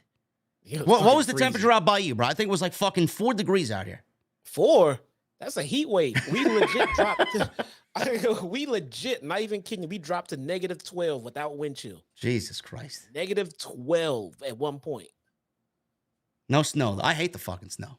Ugh. All I wanted for Christmas, bro, was a palm tree and a cold beverage, man, with 80-degree weather. Yeah, that ain't happening. My wife and kids are going to Florida in 2 days, though. Really? Get the palm trees. Yeah, they're going. And you're going to be home? I'm going to be home, man. All by yourself? On vacation, like Macaulay fucking Culkin, bro. Home alone? Home alone. I'm going to Tennessee next Thursday. Why? What the fuck is wrong with you? I never been to Tennessee. Going for the weekend. Never been to Zimbabwe. I have no fucking urge to go there. I will be visiting the Jack Daniel's distillery. Okay. Does it taste different down there? It's the home of Kentucky bourbon. Okay. I don't know. We're going. SmackDown review next week, by the way, folks, in Tennessee. In Tennessee. Look at that, man. Look at that. Taking the venue with me. Anyway, Hook. We got Big Bill. Jack Perry Jungle Boy made the save, took out Moriarty with Big Bill in the ring with Hook. Stop calling this fucking guy Big Bill. So we give Vince McMahon so much shit for these ridiculous names he gives people. You see what happens when you give talent the ability to give themselves their own fucking names? We get Big Bill. I mean, is it any different than W. Morrissey? That's lame too. How come nobody is telling this guy that his name is lame, come up with a new one, or reach out for help? Someone had to have told him that Big Bill was a stupid fucking name. Hey, no one told him this shit. Listen, I don't know. Big Bill. Congratulations to Big Bill, by the way. He just got engaged to Lexi Nair. No way. Yeah. Nice. Yeah. Seen it on, I think it was on Twitter, I believe I seen the picture. I don't know if it was on their Instagram or whatnot, but congratulations to them. Happy for them. Nice. Okay. So they're in the ring, and Jungle Boy made the save. Moriarty took out, Jungle Boy took out Moriarty, and Big Bill was facing off with Hook. Crowd went crazy when these two were standing face to face. We got a little back and forth here. Bill grabbed Hook by the throat, and then we had Hook, bro, about to fucking T-bone Tazplex Big Bill, and the crowd was about to fucking come unglued, man. Oh, and then all of a sudden, Jack Perry, after Big Bill grabbed him by the throat again, took a 2x4 and slammed it across Big Bill's back, and then again, and then right in the midsection, and the firm retreated, man. When Hook, bro, gets that T-bone on Big Bill, the crowd is going to go crazy, man. That is a great little tease for what's to come. I don't know when we're going to get that match, but it seems like a January 11th Rampage type match. It does. And would I be crazy here to say that I don't know if I want to see Big Bill lose to Hook right now? I mean, because look, I know where Big Bill is on the hierarchy scale and what the future of Hook is, but Morrissey it seems to be someone that they can do something with right now, currently, in his current form. But if we got him out there jobbing the Hook, I mean, how much more can we do? You know what I'm saying? Look, I know the goal is to get Hook over, and there's plenty of guys we can throw at Hook, but I don't know if we should feed Morrissey the Hook. You feel me? You know what I'm saying? Yeah. You know, we can do something with him. I think this is a beginning feeling out phase for Morrissey. I think he's tremendous. I think he's got a great look. He could definitely be molded into a solid Lance Archer, like big guy, you know, on AEW's roster, or somewhere that could fit in that type of realm. But right now, I mean, I can't really get invested in who he's with. Stokely's great, but like being paired with Moriarty, bro, I mean, who the fuck who cares? Not working. No. I mean, it's just lame. But the tag team of Jungle Boy and Hook, though, I mean, that is intriguing. I don't know where they're going with that, but I'm interested to see the dynamic here, because Hook doesn't say much of anything, and Jungle Boy, you know, has been very animated as of late coming out of that Christian Cage Luchasaurus feud. So it's going to be a little interesting of a dynamic. Yeah, I would love to see, especially after seeing this dynamic tonight with Morrissey. I would love to see the dynamic with Jungle Boy and Cage and Luchasaurus, and then when Hook jumps into the frame to back him up. You know what I'm saying? I think that's a whole different, it's a whole nother different set of things we can do with Hook as far as exposing him and getting him out there and everything. Like I love it. I love everything they're doing with Hook from beginning to where we are right now. They got him pushed, not too much. Don't overdo it. They're backing up a little bit. They held off on him, and now they're pushing him a little bit forward. I'm a little worried about this William Morrissey deal. I don't know if I want to see him winning matches like that. That doesn't look like it's structurally possible for him to win. You know, I mean, don't overkill. If you got to protect Morrissey to make it look believable, I would rather you do that. I want to call out something in the chat. I don't even know why I read the chat. Mike Vicious. Nothing negative to Mike Vicious, but he says, unpopular opinion. MJF is not a fighting champion. He's getting ring rust every week he doesn't wrestle. MJF doesn't give a fuck, Mike Vicious. You're exactly the type. You're exactly the type of fan that he called out when he won the world championship. The fans that are going to go online and complain and hope that he loses the championship, and you're going to have to get used to MJF being the champion for a very, very long time, because he's not losing jack shit. And MJF could wrestle fucking 7-8 times a year, and the man is going to be at the top of his fucking game, bro. I don't want to see MJF wrestle 200 times a year. I don't. No. Well, where are you basing that off of? Where does it look like MJF is gathering ring rust? I don't know. I mean, MJF and ring rust in the same sentence? What the fuck? I mean, what? We see Roman Reigns wrestle like once. Roman Reigns wrestled 7 pay-per-view matches this year. That's exactly what MJF needs to fucking do. I mean, yeah, if he wrestled 7 times this year, I'd be fucking happy. MJF is not here to sell work rate. No, he has work rate, but he's not here to sell. He's here to sell his character. He's here to sell MJF, and he does that. His in-ring work is perfectly fine, above average, borderline fucking great. MJF is in a fantastic spot right now. He ain't losing that championship anytime soon. No. Renee Paquette was backstage with Swerve Strickland and his 2 new stablemates. We had Strickland here. He said they already know Parker. Do we? I know him. We know him. I know him. Jesse knows him. Does everybody else in AEW know Parker? No, he doesn't. And the other guy, the tatted up fucking guy that looks like he could be in Streets of Rage, no name for a second week. Can't even be bothered to tell us his fucking name. We got to go search for it online. He used to play AA ball, I believe, for the Tampa Bay Devil Rays. Because of fuck.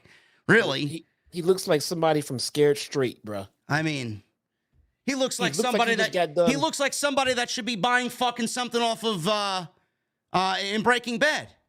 He looks like he just beat the shit. He like he just beat the shit out of 4 teenagers in Scared Straight. he looks. Why is there no name? He's from the Aryan Brotherhood. I don't know why there's no name. Why is it so difficult? Why do we need to wait another week for us to find out on his name on TV? I don't really get it. I don't know, because probably at this point it doesn't matter what his name is. At this point, he's just a tattooed guy. That's all he is. Yeah, we don't know him. It's not. We get his name. We don't know him. So now, fine. Now you've already botched his debut, but now you got to introduce him to us. So just figure something out. You know how Heisenberg would walk into those fucking drug camps, bro, and sell his shit? That's what he looks like. I mean, Jesus fucking Christ. Come on, man. Maybe we should have Walter White as his fucking manager. It's a swerve. I don't know, man. Still feeling the same way. I'll probably end up being proved wrong with this Swerve group, but I'm not feeling it right now. Swerve is great. Parker's he's got the potential to be great. I don't think he got off on the right foot here, but we'll see what happens. No. This stable with Swerve just looks like Swerve. It's like Swerve is Super Shredder, and these two dudes are fucking Bebop and fucking Rockstar. I mean, he just got two goons who can't talk or fucking work to go out there and take an ass whooping or to beat somebody up when Swerve tells them to. And that's so what you're telling me is we need Rob Van Winkle, bro, to start singing ninja rap, right? Basically. Yeah, basically, man. Shit, Swerve's group would be over. They should have given Swerve Private Party. Easy, simple. Yes. Done. I don't understand it. We'll see what happens. Their gimmicks already mesh. These guys love chilling in the club. This guy's a fucking rap mogul. I mean, what the fuck, man? They're already made for each other. Go Ninja, go. Hey, listen, man. It's a great fucking movie. It's a great fucking movie. We got two fucking. We got Kevin Nash coming out at the end. Basically, man. Super fucking Shredder will murder any fucking body, but before you do, you gotta deal with Bebop and Rocksteady. The greatest Teenage Mutant Ninja Turtle video game of all time, Turtles in Time. Turtles in Time? Don't want to hear anybody say anything else, because you're wrong. I like the original. Bro, the Nintendo game, I still never, to this day, beat the Nintendo games, the original Nintendo games. Oh, really? Oh, that was good. But how many of you guys actually played the Street Fighter version of Teenage Mutant Ninja Turtles, man? The fighting game that they had? I thought that was fucking great for Super Nintendo. Nah, I didn't play that one. I got the latest one on PS5. I did. I got it too. Yeah, that was great. Awesome. Me and my kids beat the hell out of that one, man. That was good. Yeah. Gotta love me some Teenage Mutant Ninja Turtles. That meant Transformers, man. They need a new Transformers game, man. They need a new one. They need a new one? I got to build my Optimus Prime Lego. It's sitting downstairs in the fucking box still. Can't wait. They haven't had a good Transformers game in a long time, man. Well, there hasn't been a good Transformers movie in a long time. Yeah, I'm right. I mean, come up with your own game. Fuck a movie. Don't even base it on a movie. Just come up with a new original game. Nothing beats the 1980s Transformers. Nothing. Nah, nothing. I remember going to see that movie at the movie theater. And I cried when Optimus died. No, not me. I was in a state of shock when I saw a Transformer curse. He said, "Damn it." I was a kid in the movie theater. I still get teary-eyed when I see the end of that movie, man. Transformers when Optimus fucking dies and he hands the fucking the little thing in his chest to Ultra Magnus. Yeah. The spark, yeah. And Galvatron's about to eat the whole fucking world. Love it. I didn't get a Transformer curse, man. He said, "Damn it." No, who was the fucking the planet? Who was the fucking planet-eating Transformer? Not Galvatron. Galvatron was a take on Megatron. Who was the fucking planet-eating? The planet. I thought that was just overkill at that point. I mean, that's great. That a planet transforming. Jesus Christ, man. Yeah. I mean, listen. Good stuff. Anyway, back to the show. Elite. We got the trios match here. Omicron, Unicron. Oh, yeah, Unicron. That's right. That's there right. You go. That's right. Yes. Yeah. Unicron was fucking beast, bro. That's the type of Transformer you want to be, man, if you're going to fucking be a Transformer. So my favorite toys were the Constructicons. Yes. And the aerial bots. Yes. Love the fucking aerial bots, man. Yes. Love them. Starscream is a leader. Oh, it's great. Starscream was my favorite Transformer outside of Megatron, which is always... Yes. Easily. Absolutely. You know, funny story about Megatron. I had the original Megatron. Now that the fucking thing's going for like $10,000, I seen it at Comic-Con in New York City.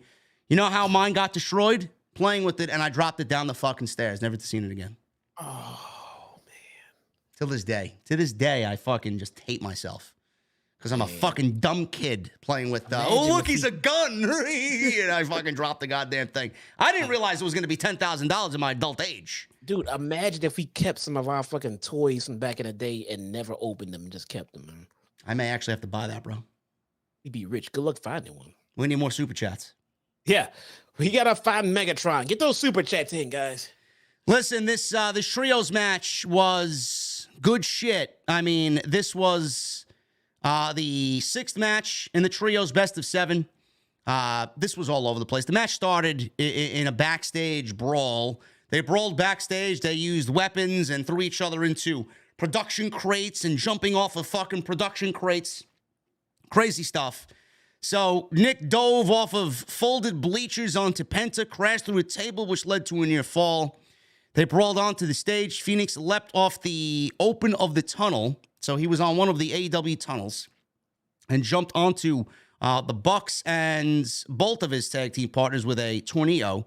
Omega landed a flying knee, and they go to commercial break. So Death Triangle put a metal garbage can over Omega and then triple drop kicked him. Big moves, getting the crowd involved here. Crazy crowd in Denver. Omega put the trash can over Pac's head, landed a vicious V-trigger. Gut wrench Pac into a doctor bomb onto the trash can. Phoenix and Penta landed a fear factor on Omega at ringside. Phoenix hit a cutter on Matt in the ring and then hit a running flip dive onto Omega and Nakazawa, who was on the outside. Penta set up a pile driver on Nick on the ring apron, but Nick countered with a backdrop. Matt then gave Penta a tombstone pile driver. I believe it was the Indie Taker they did on the outside. For that was a near fall. And that was interrupted by Pac. Broke that up. Back in the ring, Bucks double team Penta with the BTE trigger. Pac broke up the count. Pac ducked. So Matt inadvertently super kicked his brother off the ring apron. Pac then applied the brutalizer. And it was all over here for the Elite as Matt was about to tap. Meanwhile, he did not. In the crowd, Omega gave Phoenix a one-winged angel off of a platform in the fucking crowd through a table down below. Referee was waiting there because of all the chaos that was happening. So we had one referee in the ring with Matt and Pac, another referee with Omega and Rey Fenix, and then the referee counted Phoenix down 1, 2, 3, and the pinfall happened before Matt actually tapped out. I thought the ending to this was fucking great. It was a buzzer beater per se, and we got this series, bro, tied 3-3. Very wild, very unique ending, exciting ending, and we're going to get the ladder match in 2 weeks. I can't fucking wait. Yeah, man. I have no notes on this match. If I had to pick out something to just critique a little bit, they could have gotten the ending to come a little bit closer. Yeah. You know, it seems like they want to make sure they didn't happen, you know, one before the other at the same time. So once we got the pinfall, they could have had, you know, make sure that Matt tapped out a little bit faster. But I mean, we're dissecting at that point. This was great shit, man. Yeah. This was a fantastic fucking match. I enjoyed I like how it started. It started right away in the fucking back.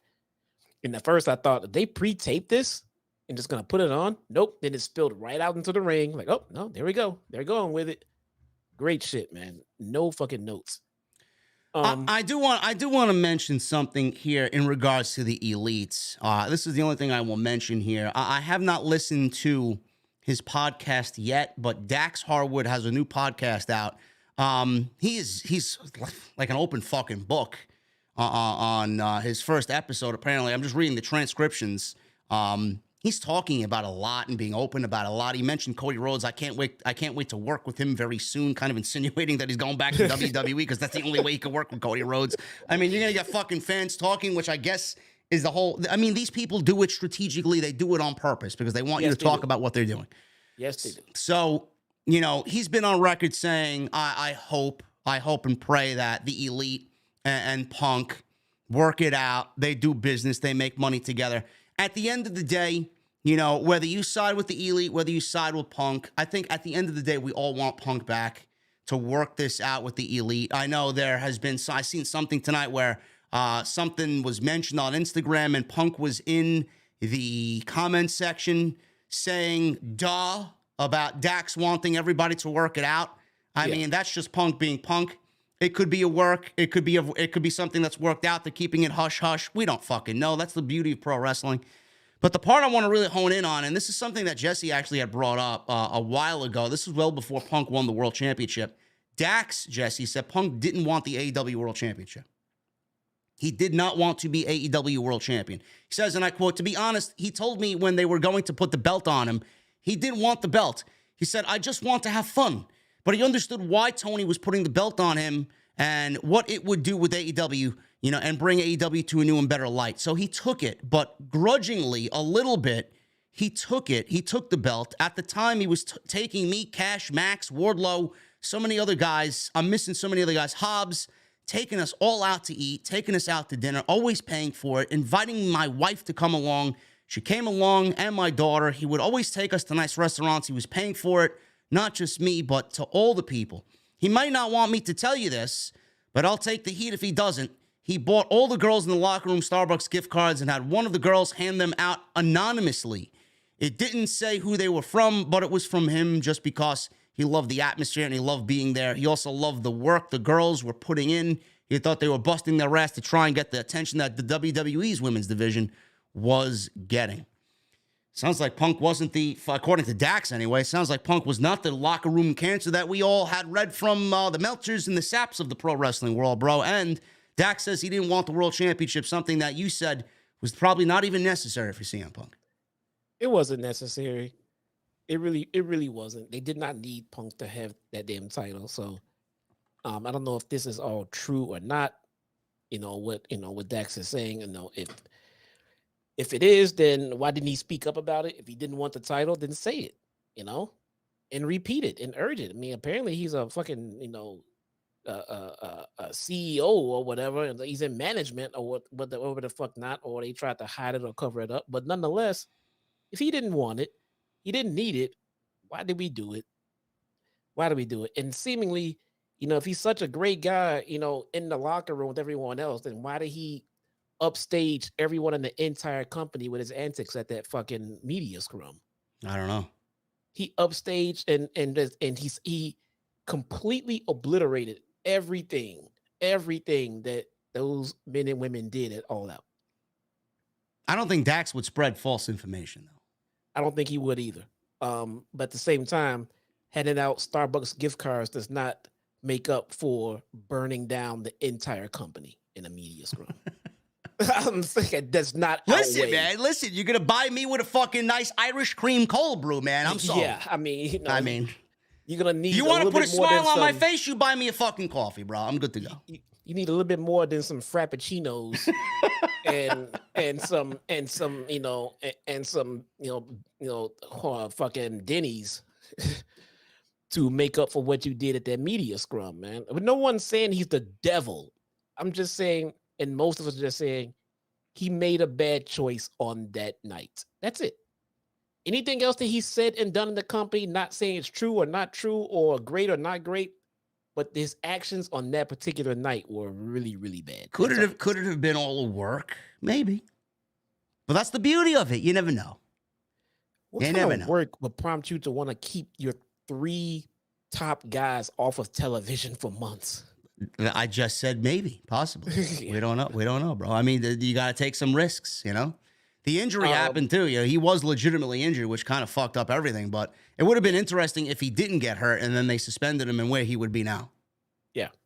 The injury really set things back. Did you think about that? If he was not injured and on the shelf for 9 months, where the fuck would CM Punk be right now? Would he be there? Would he be fired? We don't know. We'll find out come the spring, summer of 2023. Going to be a very interesting year for AEW. Jericho. Posted 15 minutes ago. An unbelievable athlete who has collected accolades and held championships across the globe. And he is just getting started. The next chapter of Dragon Lee's career begins with NXT. Triple H. Huh. There you go. There you go, Triple H. The man himself, Paul Levesque, mentioning it. That's the official. Yeah. That's it, man. Did he post a picture? Nah, it's the video clip of him saying goodbye to Dragon Gate, looks like. I wonder what they're gonna do with Dragon Lee and NXT. Maybe they'll have him feud with the fake smoking guns down there. I don't know. I mean the creative down there at NXT is fucking atrocious. What the fuck you want him down there for? I don't know. I would just bring him right up to the main roster and put him with Legado del Fantasma. Yeah, really. Just right away, man. Just put him in an element where he would blend in. Chris Jericho He was in a backstage promo. He said, Action Andretti made the mistake of a lifetime by turning down the offer of joining the Jericho Appreciation Society. He said Andretti has the confidence of a superstar, but he lacks the tools. He told him to enjoy the highlight of his career and go back to the Indies and stay out of his face. He said, he is a wizard, and he will show Ricky Starks the deep end and bring him back next week on Dynamite. And next week, the Ricky Starks experiment ends. Jericho's a wizard, bro. I just want you to know. Just in case you forgot, wizard. bro, he's a wizard. Goddamn wizard, man. We got Jeff Jarrett, Jay Lethal, and Sanjay Dutt. Bro, listen, they're not on the show tonight, bro. I have to mention them because they were the casualties of a 5-whiskey shot Max Caster promo. So good. Rap battle, fucking rap, whatever you want to call it. I want to play it here for you guys. You'll see our reactions live. Hopefully this comes through. Hopefully I got everything lined up here. I got it queued up here. We're gonna play. I'm gonna be able to hear it, man. Well, you gotta watch the live stream then. Okay. But everybody's gonna be able to hear it. This is the rap because I thought this was easily Max Caster's best rap, and Jesse can attest to that because he said the same thing. This was Max Caster's best rap to date about Jeff Jarrett, mostly aimed at Jarrett and how he was never over, and how he is married to Kurt Angle's ex-wife, and how Jay Lethal is basically a jobber who stole Macho Man's gimmick. So this is Max Caster and the Acclaim rapping on Jay Lethal and Jeff Jarrett. A lot of people wanna know what you doing on our show when you haven't been relevant since 2004. Spending my days working hard on the go. Yo, it's platinum on the mic, going hard on these hoes. Hey, double J, you a double A. Ho, really thinking you could beat a claim? No, not to have you tapping like a Morse code. I stay scheming like I'm Global Force Gold. You're a carny, ripping people off every minute. Gizette is off, Mizad, is it? The king of the mountain for this ass whooping. The last outlaws, last match, last booking. Slap you so hard till my palms hurt. You're the worst Jeffrey since Dahmer. Failing upwards is just your way of life. And you stealing money like it's Kurt Angle's wife. RASSLE, wrestler. Couldn't draw a dime in my time, you a bastard. You're a carny, Jeff, you're the master. The Acclaim, we always get the last word. I pimp slap you, turn your hat backwards. I'ma have you seeing stars like a password. Still here in 2020, what? That is absurd. Got me laughing at you so hard, make my abs hurt. Wait, what do we have here? It's Ring of Honor's top guy from their bad years. Jay Lethal's only known for imitating dudes. 20-year veteran and no one's imitating you. Lost to Flair, he was 74. By the way, Jay, my elbow is better than yours. I got over, I ain't have to copy Macho. When I'm on the top rope, you're in TNA so long, you got Stockholm Syndrome. Split you like a wishbone. Jarrett, I'ma slap these nuts on your chin bone. Carry the guitar, can't play one lick. Only thing that you stroke is your little ass. RASSLE, wrestler. Couldn't draw a dime in my time, you a bastard. You're a carny, Jeff, you're the master. The Acclaim, we always get the last word. Listen, I enjoyed that tremendously. But Jesse has some reservations about the Acclaimed and why they're not on TV as much as they were as of just a couple of weeks ago, bro. This is great, but they need to be on TV in live action, in person.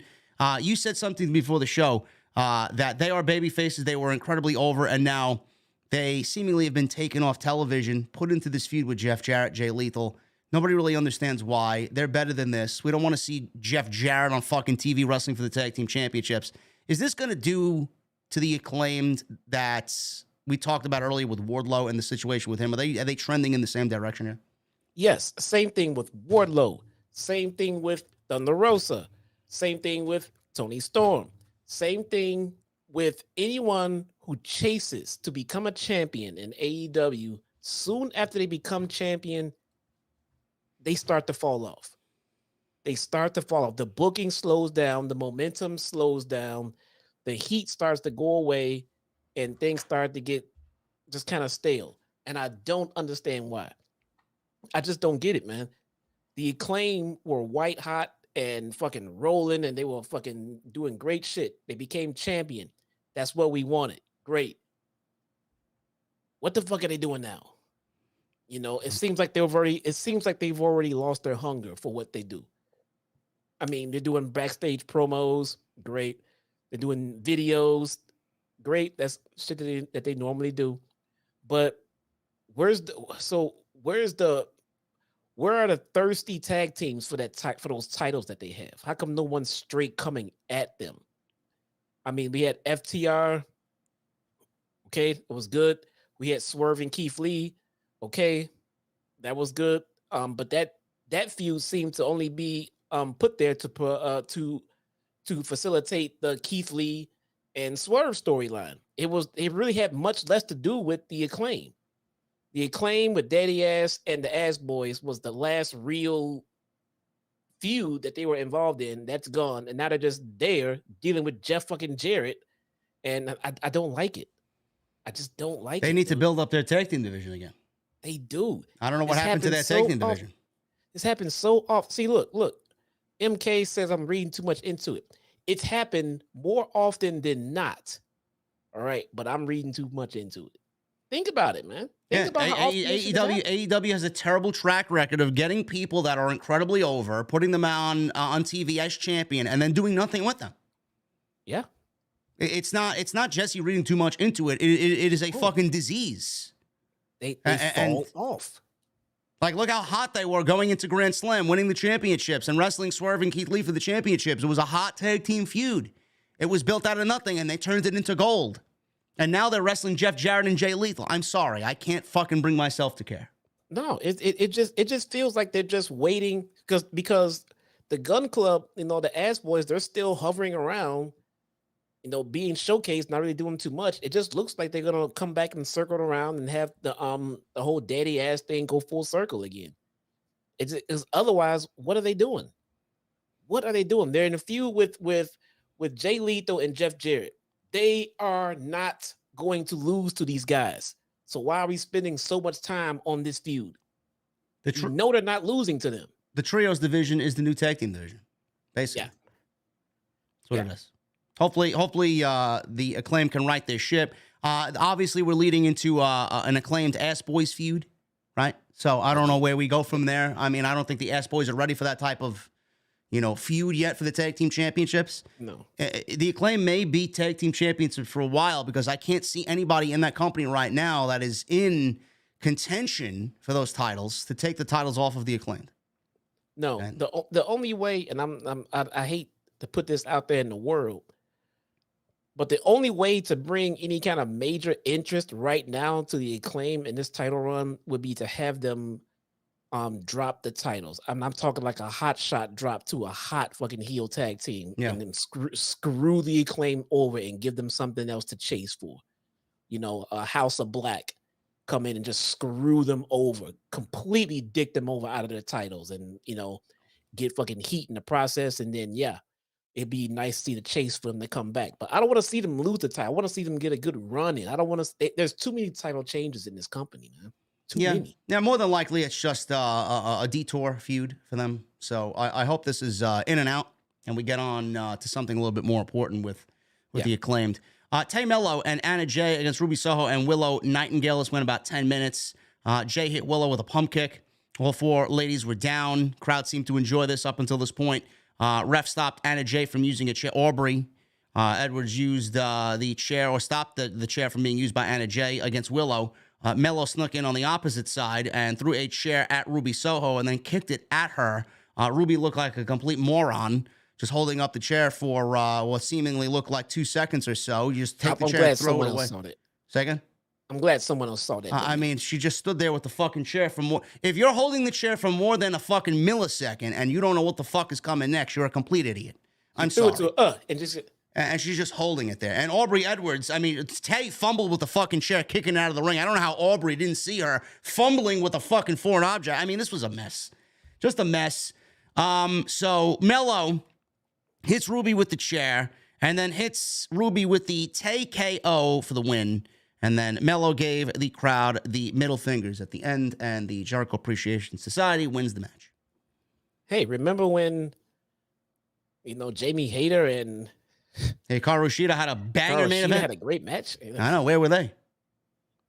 Where were they? I don't know. Hi, Brittany. Hi, Brett. Happy holidays, Brett. How you doing? Happy holidays. Everybody in the Britt Baker camp. I just like saying hi to Brittany. And yet people are still asking for tag team championships. Oh man! Wow, man! Such exhilarating action, like what we saw tonight, man. Everybody wants fucking tag team champion. Give me a fucking break. Tag team championships, yes, because the All Atlantic Championship is fucking on fire right now in AEW, right? How many fucking championships do we need? Until they can figure this shit out with the women, just give me Hayter and Sheeta every week. That's it. 20 minutes every week. That's all I want to see. Listen, I don't know who the mystery woman is. We got 2 weeks. If it ain't Mercedes, I'm going to need an announcement next week. Okay? If it ain't Mercedes and you guys show up in Los Angeles with Tony Storm or Thunder Rosa, goodbye. It's going to be another Christian Cage situation. Yes, it is. Yes, it is.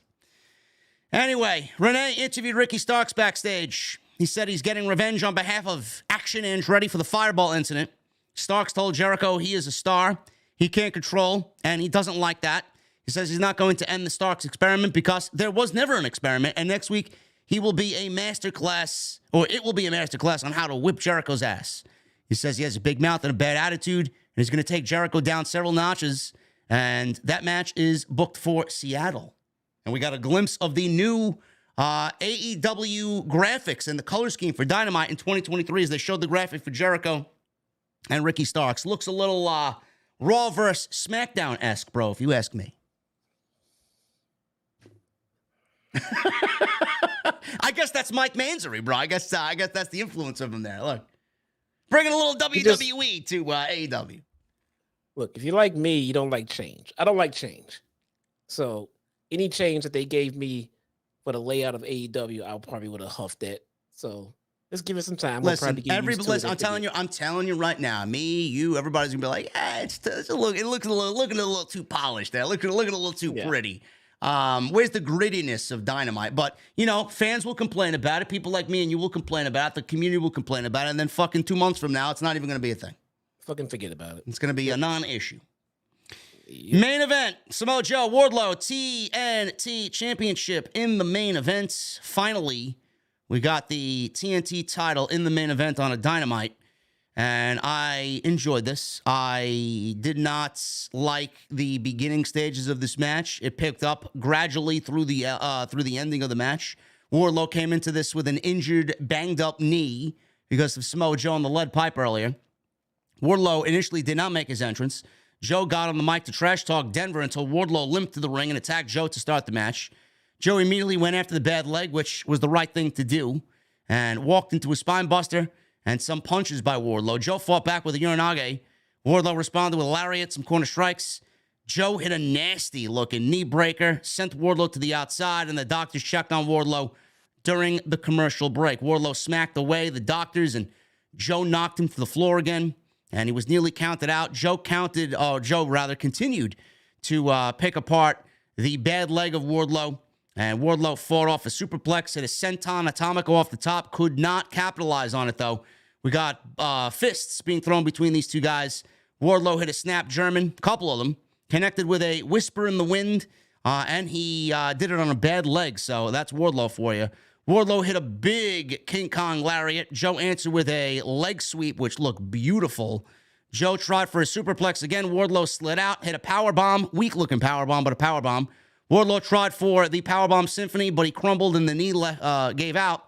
Joe hit a chop block and locked in the rear naked choke, and that was it. Joe was there with the submission hold on him, and Wardlow fell unconscious to Samia Joe, and Joe retained the title. Post-match, Wardlow got to his feet. Joe stared at him. I thought there was going to be like a shaking of the hands or something here. Nope. Joe hit him with the titles, knocked him out, pulled out some scissors from underneath the ring in a toolbox, and cut his man bun off. And Joe is standing in the ring holding the title and Wardlow's hairpiece in the ring. And then all of a sudden, Darby Allin's music hit. He stands behind Joe, comes from the crowd, and hit him with the skateboard, and Joe was sent up the ramp as Allen held the TNT title up as the show came to a close. So, I alluded to this early when we started the show.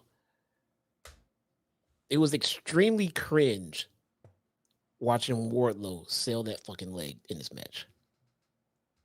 Why? He sold the leg. It just looked so non-believable. I don't know what to fucking say.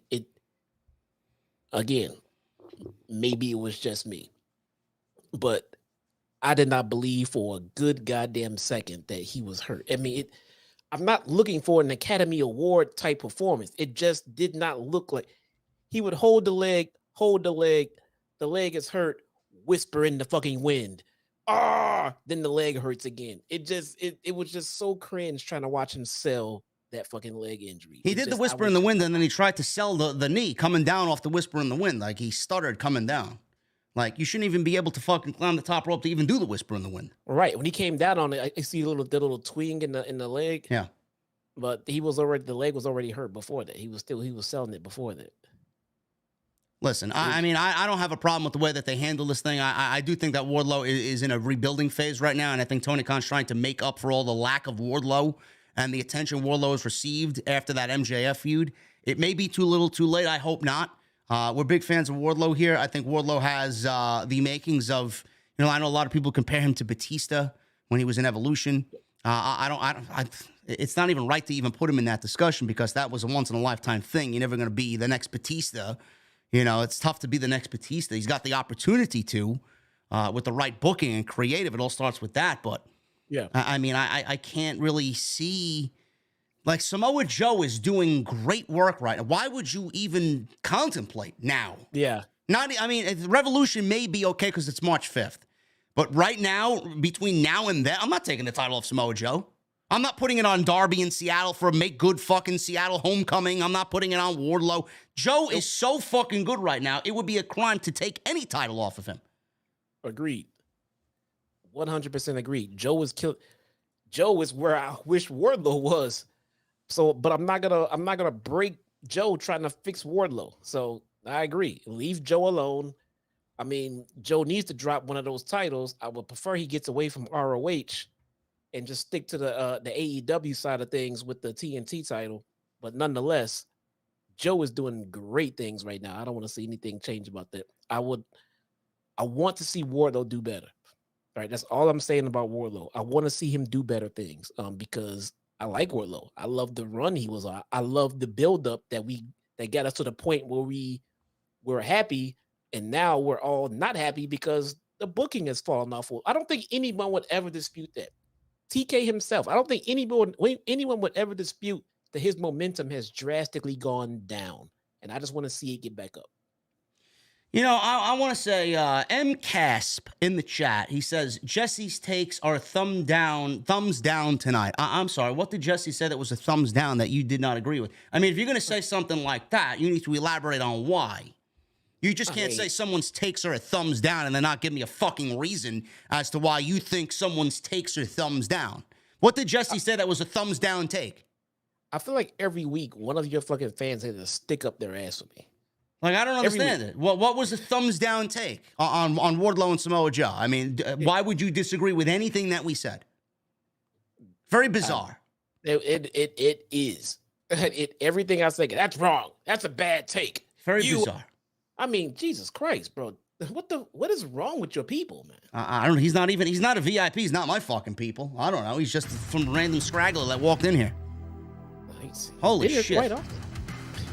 Anyway, guys, I appreciate you joining me on the podcast with Jesse tonight. Near 2,000 in the chat. I appreciate you all. Hit that thumbs up, man. We got 700 likes. I would love if we could get close to 1,000. It helps us out in the algorithm. Thank you to everybody that's chimed in with the super chats. We're going to read them in just a second. Memberships are open. We got 4 new members tonight. And I appreciate you all. If you want to become a channel member, VIP, hit that join button. I have a business call next week with my boys over at DV8 Designs.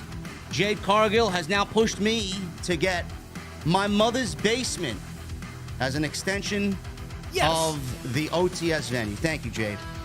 Yes. Thank you, Jade. And you're going to get a nice beverage in honor of you right into the menu on the venue. That is fucking awesome. Love it. Gonna be great. Gonna be great, man. There's gonna be 2 scenes. We're gonna really up the production value on 2023, man. You're gonna get me.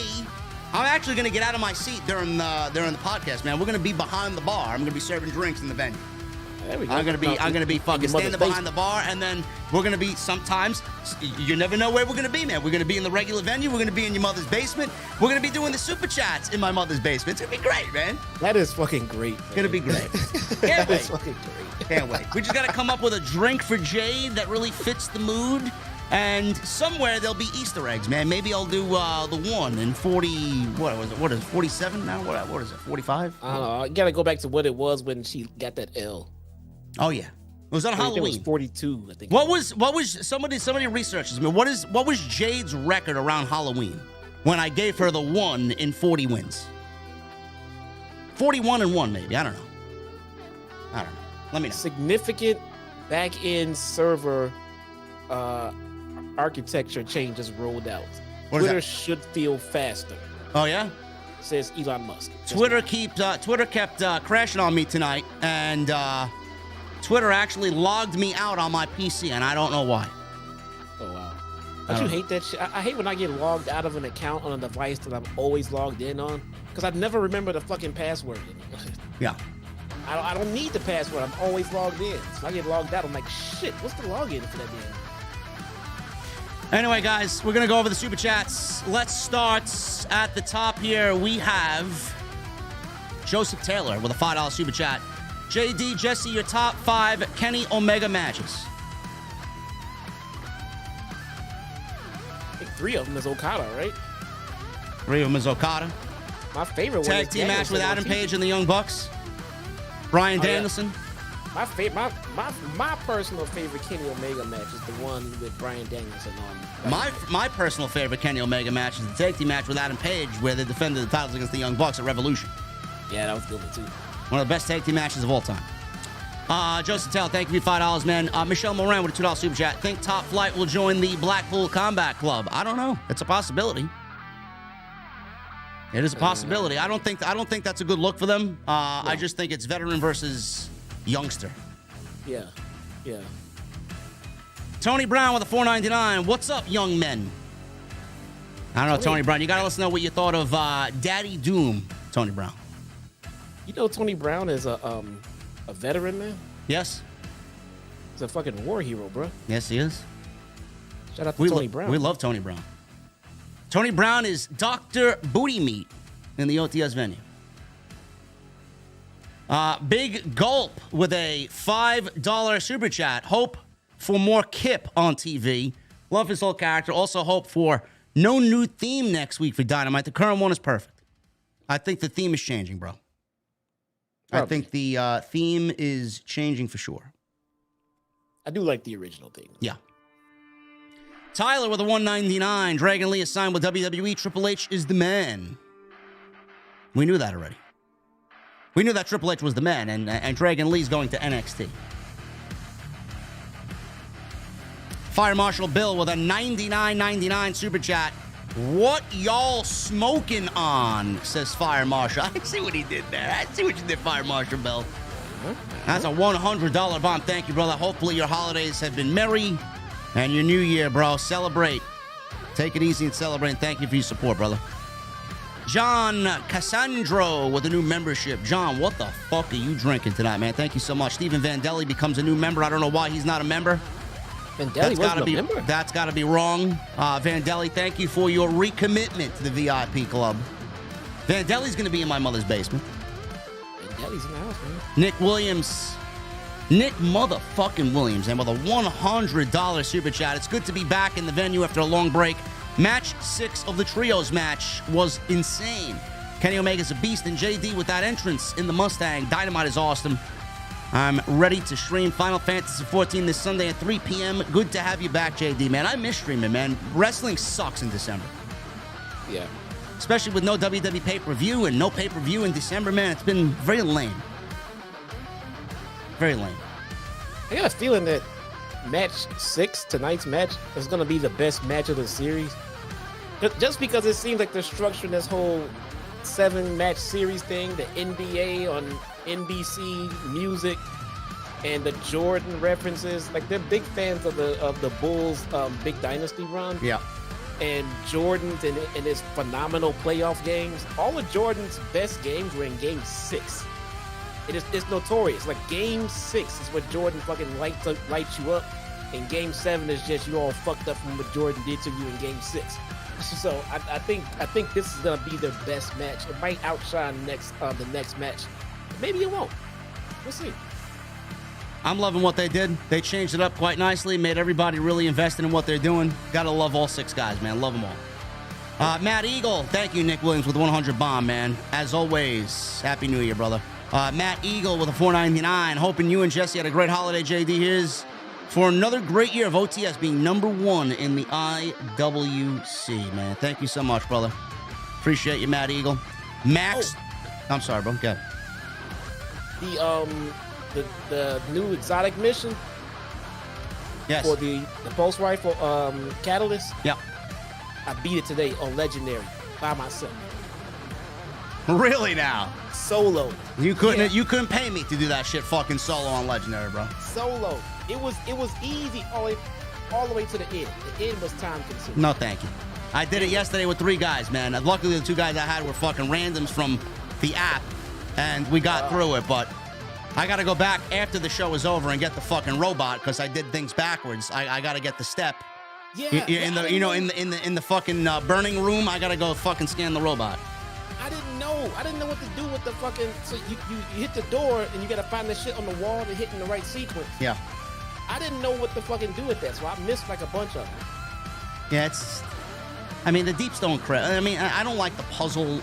I like when they just do a straightforward fucking just ramp up the difficulty in the enemies, man. I hate when they involve these fucking puzzles and mechanics. Yeah, it was like a raid. I don't know, whatever. And people enjoy it. I thought it was great, so it is what it is. Solo, I was so happy for myself. That's tough, man. I wouldn't attempt that. Ooh. I would not attempt that at all.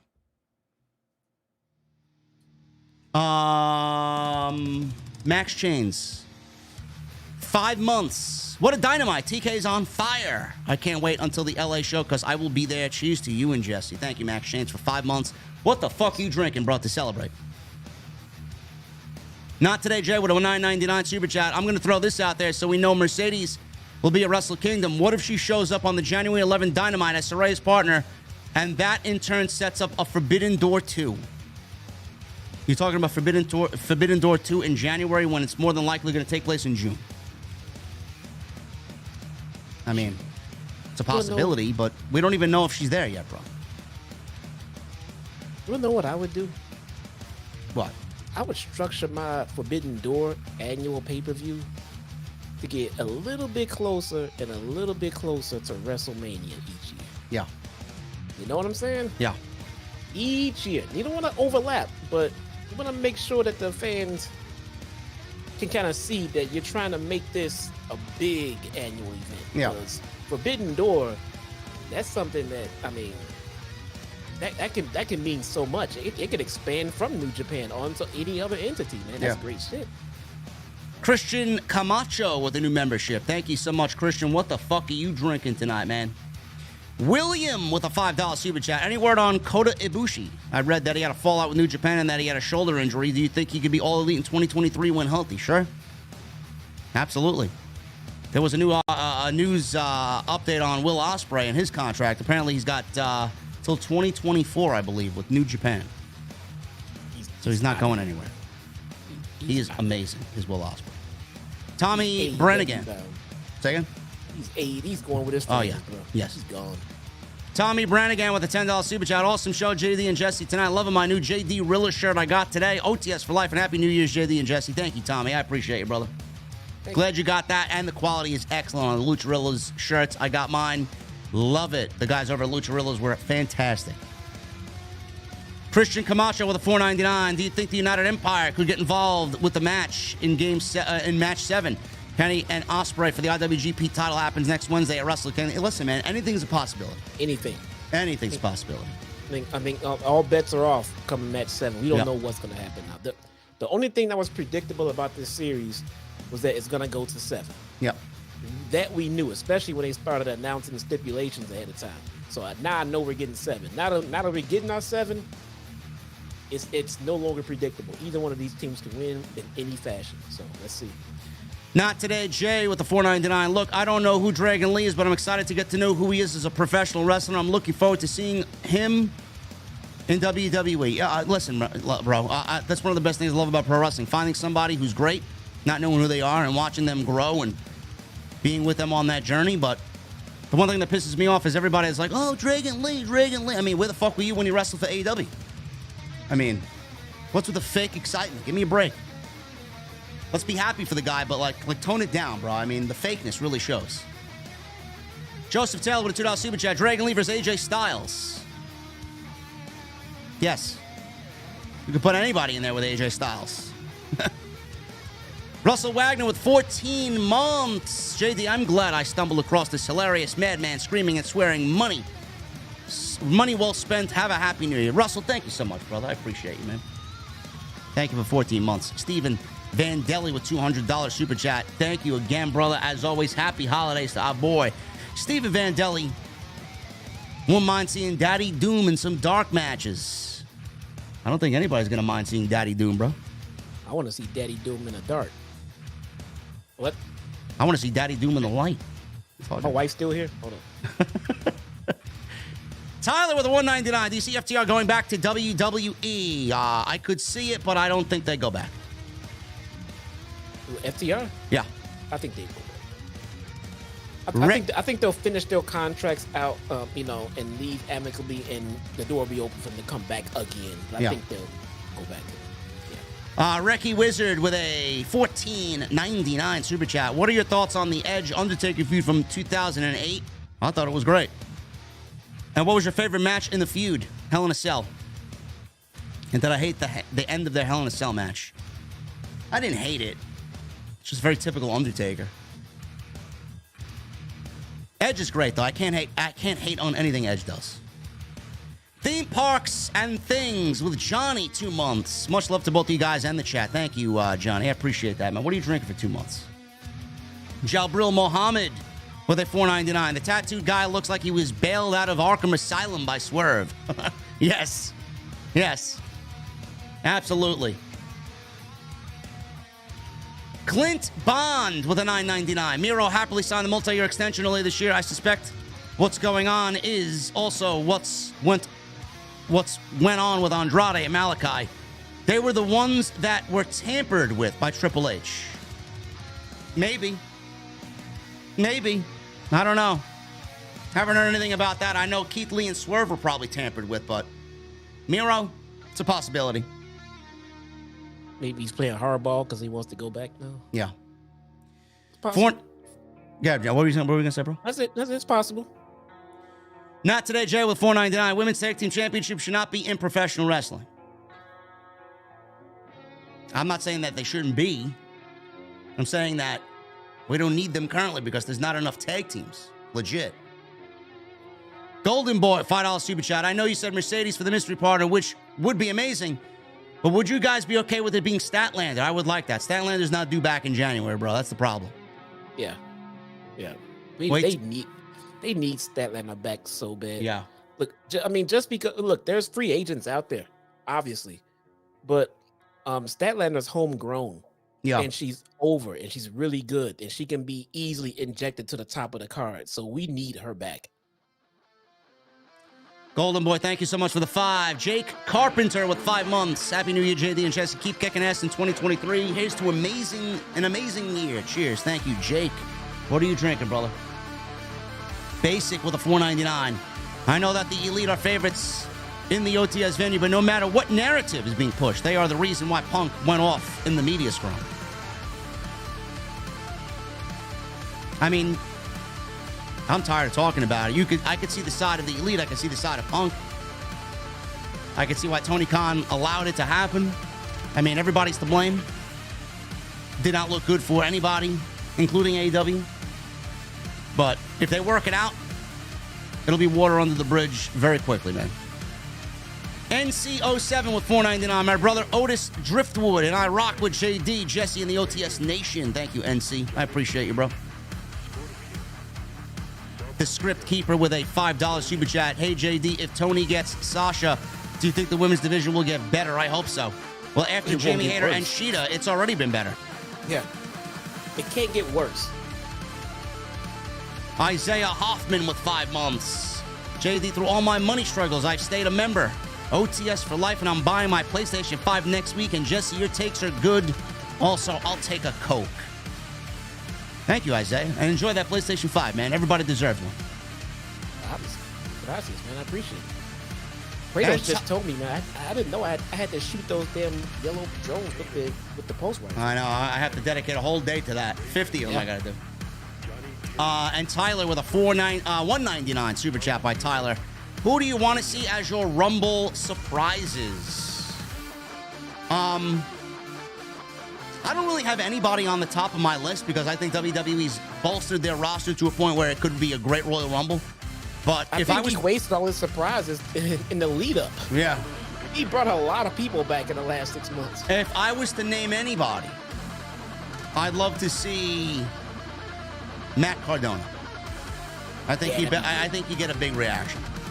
That'd be real good. Yeah. That'd be a big one. But obviously Cody too. Well, Cody was on Monday Night Raw this past Monday for that taped episode that they did, that best of, saying, I'm coming back and I'm coming for the WWE Championship. So he basically said that. That's a Rumble confirmed right there. Yeah, that's basically a Rumble confirmed. Cody, the timing of his injury, the injury sucks, but the timing of it could not have been any better because it lands him right back in the thick of the WrestleMania build. So yeah. Anyway, guys, that is all we got for you. I hope you appreciated the work that went into the show tonight. I hope you enjoyed our takes. Hopefully you found something informative and entertaining tonight. We are about to get out of here, man. Jesse, any final words before we get out of the venue? Nah, man. Once again, if you have not already subscribed to my channel, follow me. Unfortunately, I'm watching Dark for right now, but believe me when I tell you things are about to change. We're going to change the format. This is the first year. I started in January this year, and now we're going into the second year. We're going to change some things up. So just stay tuned. Jesse's got 1 year on YouTube, huh? Holy shit. 1 full year, bro. Wow. Crazy, man. How you feeling after a year? Feel good? What's up? You feel good about 1 year? Yeah, man. This is fun, bro. I mean, and while we're at it, I wanna thank you and the whole OTS family, man, because the little crappy channel I have would be even less than that without you guys. So thank you. There you go. Anytime, brother. Jeremy Lewis with a late $20 super chat. This will pay my tolls on the way home. Also, I got my JD Rilla shirt today. Great limited edition merch.